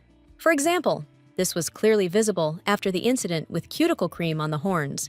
And among those whom Roman might have known, there was a man known from birth, our age, a sheep. Lucy reminded that the press wanted to print about it, but almost went bankrupt. The girl admitted that she just wanted to live a little normal life before going to college. But Khalid immediately realized that it was not just that. Baskerville was involved. The snake did not understand why Roman transferred to them. He clearly followed the girl. Lucy said that before they moved, they had a big fight over something stupid, and Roman came because he wanted to make peace with her. The guy understood that all this sounded like complete nonsense and did not believe a single word of the wolf. He added that if it wasn't a breakup, then the guy doesn't have to behave like that. The wolf constantly circles around the girl, without the consent of the person he is not even dating. Lucy didn't understand what he was talking about, so she asked for clarification. Just as Khalid wanted to talk about this in more detail, the ball immediately flew at them. Thanks to his instincts, the young man noticed the approach of the object at the last moment. He managed to react and put his hand up, but the blow was still quite strong. The guy even swore and asked what kind of person did it. The culprit of the event immediately hurried to them with an apology for his crookedness. It turned out to be Roman, who immediately asked if the guys were okay. Some hostility arose between the guys, so they silently stood opposite each other and watched. Roman once again apologized for his awkwardness, then took the ball and left to continue playing. Khalid still didn't understand what kind of relationship the guys were in. If they were just friends, then Roman's behavior was not normal, and something had to be done about it. The girl was afraid that Roman would find out that her leg had actually healed a long time ago. It was necessary to urgently take some action, so Lucy decided that tomorrow she would go to school alone. I decided to discuss this moment in the evening in the carriage, on the way home from school. Lucy plucked up her courage and told her friend that it might be a problem to walk on her own. Roman noted that if the girl overexerts herself while her leg is healing, the wound will not heal properly. After this, there was an awkward silence in the carriage that lasted several minutes. Previously, the girl told Roman that they would always be friends. So now he wondered if she had said the same thing to Emma and Khalid. The guy admitted that he was lonely. He hadn't gone out for a long time, so he should start making new friends. He asked Lucy if she was okay with this arrangement. The girl only replied that the more friends, the better. At school, strangers kept asking the girl about who she would go with to the winter ceremony. Lucy told everyone that due to her leg injury, she would have to miss it. Emma was most upset that her friend wouldn't go to the ceremony to have fun. She realized that the girl was deliberately spreading rumors that she would not go to the ceremony. The rabbit even guessed that her friend's leg had actually healed a long time ago. Although the doctor said that she had a muscle injury that would take a long time to heal and make itself felt periodically, the rabbit thought that by the end of the week, Roman could ask the girl to go with him to the ceremony. However, after the last conversation, they no longer communicated. Romain, using his leg injury as an excuse, takes the girl home, but does not say a word. Lucy sincerely believed that it would be better if they just quarreled. Then they could at least make up. Lucy entered the classroom and heard the girls there discussing Baskerville. When they saw her, they suddenly fell silent and decided to go talk elsewhere. The girl had long come to terms with this behavior of her classmates, so she didn't even pay attention to them. Lucy approached the rabbit and said that she and Roman were just friends. She still didn't want to go, so as not to see him dancing with someone else, so she preferred to relax at home. Khalid looked at the girl's behavior and didn't like it very much. The guy didn't even really want to talk to his girlfriend lately, seeing her in such a state. That evening, on the way home in the carriage, Roman asked if Lucy wanted to tell him something, but the girl only asked if the guy was tired of taking her home all the time. Roman was clearly expecting another question, so he just silently looked at his friend. After that, he simply turned to the window, and they didn't talk again that evening. A few days later, the day of the ceremony came. The rabbit persuaded her friend to go at least for company. But Lucy admitted that she doesn't really like such events, and she asked her friends not to wait for themselves to be persuaded. and, citing a sore leg, went home. On the day of the ceremony, Roman still took his girlfriend home in the evening after school. He still couldn't believe that the girl really wouldn't go to the ceremony. But Lucy said that the guy knows very well how much she doesn't like parties. In fact, she liked them after meeting Roman, but the girl decided not to tell him about it. For the first time in her life, she was looking forward to a gala evening and hoped to receive an invitation. But instead, she wished him a good day. The next morning, after the winter ceremony was clear, it was on this day that Lucy told Roman not to come pick her up again. She explained that her leg had long since healed, and there was no longer any need to ride a carriage. Lucy admitted that she was heartbroken, but she didn't want to feel jealous anymore. She informed Roman about her leg and apologized for speaking so late. The guy wanted to take her one last time, but Lucy said that she had some business in town. The girl admitted to herself that she liked Roman, so now she didn't want to give him any reasons. She believed that they had already missed their time, and now they needed to keep their distance. Then one day, the guy will be able to tighten her heart. Now she understood why he himself cut off communication for several months. Things weren't going well at school either. Lucy told her friends that she was going on a diet. She said she wasn't feeling well and invited Emma to have lunch with her boyfriend. In fact, the girl decided to simply avoid the place where she could meet Roman. She planned to come to and leave school early for a while. She hoped that after her feelings for Roman passed, they could be friends again. The girl hoped that soon everything would return to normal. In the meantime, she tried to walk more and spend time outdoors. Unfortunately, this diet and lifestyle clearly did not benefit the young girl. Khalid has noticed that Lucy has been avoiding Baskerville lately. He not only noticed some signs of this, but his intuition told him so. Lucy said that she didn't see him often anyway. It's just that friends get closer and further apart from time to time. To put it bluntly, the girl considered herself an uninteresting person. However, the guy understood perfectly well that this was some kind of love quarrel between them. He noticed that if Lucy continued in the same spirit, Roman's heart would crumble into pieces. The guy believed that after what Roman did at the winter ceremony, Lucy just needed to pull him out of her life. The girl listened carefully to the guy and did not understand what he was talking about. He said that even the slow-witted Emma already understood everything and offered to introduce her friend to her friends. Lucy still continued to deny that they had broken up because they weren't dating. The snake still could not understand the relationship between Roman and Lucy. The girl turned away and noted in a sad voice that she had been rejected. She said that she liked the wolf, but he didn't like her anymore. That is why the girl believed that she was rejected before anything had time to start. She asked not to call Roman a scumbag because she was in love with him. The girl herself did not notice how tears rolled from her eyes at these words. Lucy was sitting in class and suddenly started crying in front of everyone. Khalid also didn't understand why his friend suddenly started crying and tried to calm her down. Khalid helped his friend go outside and get some fresh air. The guy sat the girl down on a bench, and he went to get water for her. A couple of minutes later, the young snake returned with 2 mugs full of cool water. The only thing Lucy asked was not to tell the rabbit to Emma. Khalid immediately knew that something had happened between the girl and Roman, so he thought of a love quarrel. But it turned out that he did not understand the whole situation at all, so he asked me to tell him. Khalid said that he was really interested to know about everything that happened between them. Lucy smiled and said that it was actually a very long and boring story. However, she still told everything from their first meeting last summer. Lucy told her friend what happened between her and Roman last year. The story turned out to be quite long and a little ornate, but the guy was able to figure it out. After the girl finished her story, she sat silently for several minutes. The snake believed that their relationship was very confusing and illogical. He could not believe that omissions between people could lead to such a state. The girl still didn't like that her beloved boyfriend was being insulted. But Khalid noticed that now this was not the most important thing in this story. In any case, it was not easy for Lucy now because she was in love with Roman, because he didn't like her anymore, and she had developed feelings for him. That is why her heart ached and ached so hellishly. Khalid noticed that one wise saying always accompanied him through life. He sincerely believed that if someone behaves like an idiot, then they need to come up with a reason for this. But now the most important thing was that the girl wanted to move on in life. And for this, she just needed to confess her feelings to Roman.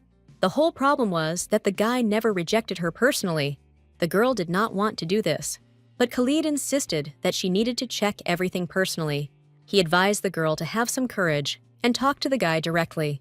He promised that he would help the girl with her relationship, since she helped him with his. I had to admit it, because you can only honestly worry when you are truly turned away.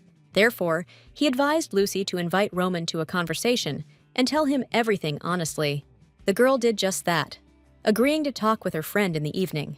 Roman arrived on time, as they agreed. He did not look very cheerful. She didn't look very good due to her diet and constant stress. The girl was shaking very much with fear, but still decided to speak out. She had been told all her life that she should have a lion's heart, so the girl hoped that she had inherited it from her ancestors. I tried to start the same phrase several times, but I kept stuttering. In the end, the girl had enough strength to tell Roman that he was her first unrequited love. This is what Khalid advised her to do, to repay Roman with the same coin as him. He said to talk about everything in the past tense, as Roman himself confessed to her. The guy advised the girl to confess the past tense, and then add that she had already stopped experiencing these feelings. He ordered to take this as a task, to open up completely and feel relief, and after this conversation, he asked to contact him. That's why Lucy did what she did. She talked about her feelings in the past tense. The girl decided that since this was the end, she could be completely honest. Lucy said that Roman was her first and only friend, because he knew what she really was like. He was very dear to her. At first, she thought it was just friendship. But then, I realized that everything had grown into love, but it was too late. When their communication suddenly ended, every day seemed like hell to her. That's why she was jealous of the people who were next to Roman all this time. She apologized to the guy and said that she didn't want this to continue. The girl hoped that now they could be friends again, but she didn't have time to finish. Roman suddenly rushed forward and grabbed her shoulders. The girl did not expect such a turn of events at all, so she did not know how to react. The guy held Lucy by the shoulders, was shaking all over, and just constantly asked why she decided to tell him this now. Lucy noticed that even Roman's tail began to move and began to shake all the way, as if from fear. The guy looked at the girl and asked why she stopped liking him. He suggested that perhaps he stopped liking her because of the ceremony. Lucy didn't understand at all what was happening now, what all this talk was all about. Roman thought that he stopped liking her because he broke a window or said stupid words. He even asked if Lucy might like someone else now. He was amazed that a girl could just stop loving him. The guy was in despair and shouted that he had made a mistake and forgave him to forgive him. He looked Lucy in the eyes and asked if he could start liking her like before again. Roman begged the girl to say something to him and not just stand there silently. The sheep did not at all expect such a reaction from her confession, so she did not know what else to do. The guy continued to shake his whole body and lowered his head onto the girl's shoulder. He suddenly started crying and asked why she stopped loving him. Lucy didn't understand why this guy suddenly started crying on her shoulder. The guy added that he had behaved disgustingly in recent days, but promised to explain everything. And that's why the guys first went into the house and decided to drink some water to calm down. Lucy even offered to hug the toy version of the wolf if it would help him. The guy took the stuffed animal and happily hugged him with his huge arms. Roman asked the girl at what point she began to like him and why she stopped. To begin with, the girl asked him to stop crying so that they could talk normally. Roman really tried to stop crying, but this hysteria was much stronger than him. He just squeezed the stuffed wolf and tried to stop his tears. The guy thought that the girl liked him even less when he was in this state. Lucy decided not to torment the young man for a long time and said that she actually liked him. Hearing these words, Roman abruptly stopped crying and turned to the girl. The girl also added that she still likes him. She just wants to move on, and it's not so easy to let go of feelings. The girl was glad that she was able to clear up this misunderstanding between them, after which she looked at her friend and asked if he liked her. Roman immediately started nodding his head and said that he had liked her all along.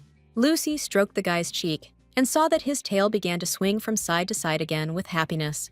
The girl asked the guy to stop crying and tell her everything from the very beginning. Now she knew for sure that friends liked each other. The wolf tried to calm down and squeezed the plush toy tighter in his hands.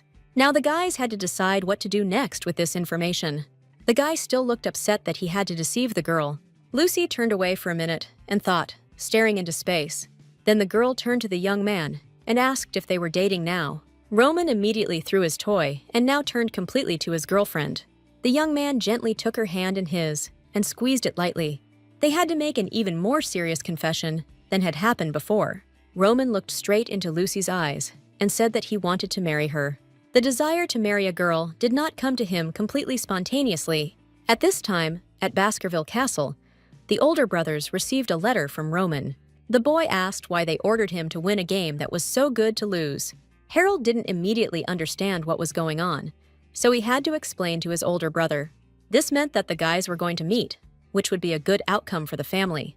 Last year in May, when Roman and Lucy were separated, there was a scandal at home. Alexander ordered his younger brother to pull himself together and stop being hysterical. There was a gun lying on the floor that had obviously been fired recently. Alexander asked if the middle brother really shot his younger brother. Harold beat Roman because he was planning to commit suicide. The boy lay on the floor and only said that his life no longer had meaning. The middle brother said that the younger brother tried to kill himself right in front of him. The elder looked down at him and immediately realized that his heart had been broken. The middle one didn't understand what had happened so badly that he was whining so much. Alexander noticed that Lucy would not understand his feelings if the guy died. This was clearly one of the worst-case scenarios. The elder was a great expert in love affairs, so he suggested coming up with a plan. He ordered his younger brother to imagine how the girl lived her whole life without him. If he dies, Lucy will lose her only friend and will feel guilty for the rest of her life. These words brought some sense to the younger brother. He even stopped crying. The guy did not believe that there would be another person who would love the girl as much as he did. As soon as Roman imagined how Lucy would get to some scoundrel, like a hyena, he immediately flew into a rage. The older brother only added fuel to the fire and painted a worse picture for the young girl. Roman could no longer listen to these stories and rolled on the floor, covering his ears. Even Harold thought that Alexander spoke too cruel words. The elder believed that they should put everything in its place so that the guy would not do the same again. Roman lay on the floor and thought only that there was no point in living if his feelings were not accepted. The middle and older brothers looked at their youngest and did not believe that he was their own. They couldn't stand his whining anymore, so they decided to tie the guy up with a vine for the wolves. Thanks to its characteristics, Roman will not be able to break it and escape. Then the guys began to come up with a further plan of action so that their brother would not go crazy. Alexander was confident that Lucy would reciprocate Roman's feelings. They knew that their younger brother had run away recently, and now he was simply not himself. The guys decided to take care of Roman until he comes to his senses. The guys dried him with cold towels and gave him soothing infusions. Along the way, they tried to force the younger one to tell what happened. However, Roman did not want to open his mouth and tell them anything. Alexander knew perfectly well that Lucy told the guy that he was only a friend to her. Roman couldn't understand how his older brother could take his place when he had everything. However, he understood what the younger one was thinking about and said that he, too, did not get everything with a snap of his fingers. Alexander said that if Roman really wants to get Lucy, then he should not show other people that he likes her. In fact, this was explained by the fact that people do not like it when someone is very interested in them. According to his older brother, it was very similar to playing cards, so they could teach him how to win. In love and the card game, the main thing was not to show what you want, because your opponent will not give you the right card if he knows your plans.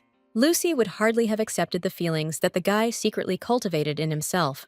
She behaved this way because his feelings were unrequited. The girl was scared. Roman wasn't sure what happened at that moment. He just got angry and ran away. The guy was worried that he could ruin everything once and for all. He knew that Lucy wanted to live on her own and could move away from him. The guy thought that she wanted to get rid of him as much as she wanted to get rid of her last name. However, so far she has not said anything like that to him personally. Lucy had to leave for another city, and the guy did not want to be separated from her. Roman wanted to immediately return and talk to the girl, but Alexander forbade him to do this. He reminded that if a guy wants to get what he wants, he needs to learn to be patient. Now, the younger brother was too excited. He needed to get some sleep. Under the guise of an antipyretic, Alexander fed his younger brother some kind of sleeping pill. The elder already understood which side the family lawyer would side with if the younger decided to sue him. Alexander wished Roman good night, and the young wolf's mind began to grow cloudy. Roman's last thought that day was that he had acted stupidly and left Lucy furious. Alexander himself experienced something similar and fought the urge to lock his wife in a birdcage. He thought that their family curse was pure nonsense until he encountered it himself. Alexander was afraid that the girl would run away if she knew about his real thoughts. He did not believe that Lucy, when she learned about these feelings, decided to run away. The girl did not look like the kind who could abandon a friend in trouble or turn away from him so easily. After waking up, Roman said that Lucy was planning to move and go to another school. He did not know the name of the school itself, but he knew that it was located somewhere in the province, far from the city. The guy didn't know why she was leaving, especially since it came as a surprise to him. The girl said that she wanted to find herself, but Roman did not believe that this could not be done in their hometown. Even though the younger one told him everything he knew, the older one still had no intention of letting him go anywhere anytime soon. Roman wanted to come back and apologize to the girl, but Alexander said that he needed time. He promised that he would be held responsible if the guys moved away from each other. The younger brother knew this girl for only a year, so his hobby could have harmed himself first. He promised to help Roman if he was able to wait a little. However, a lot of time has passed since then, and the matter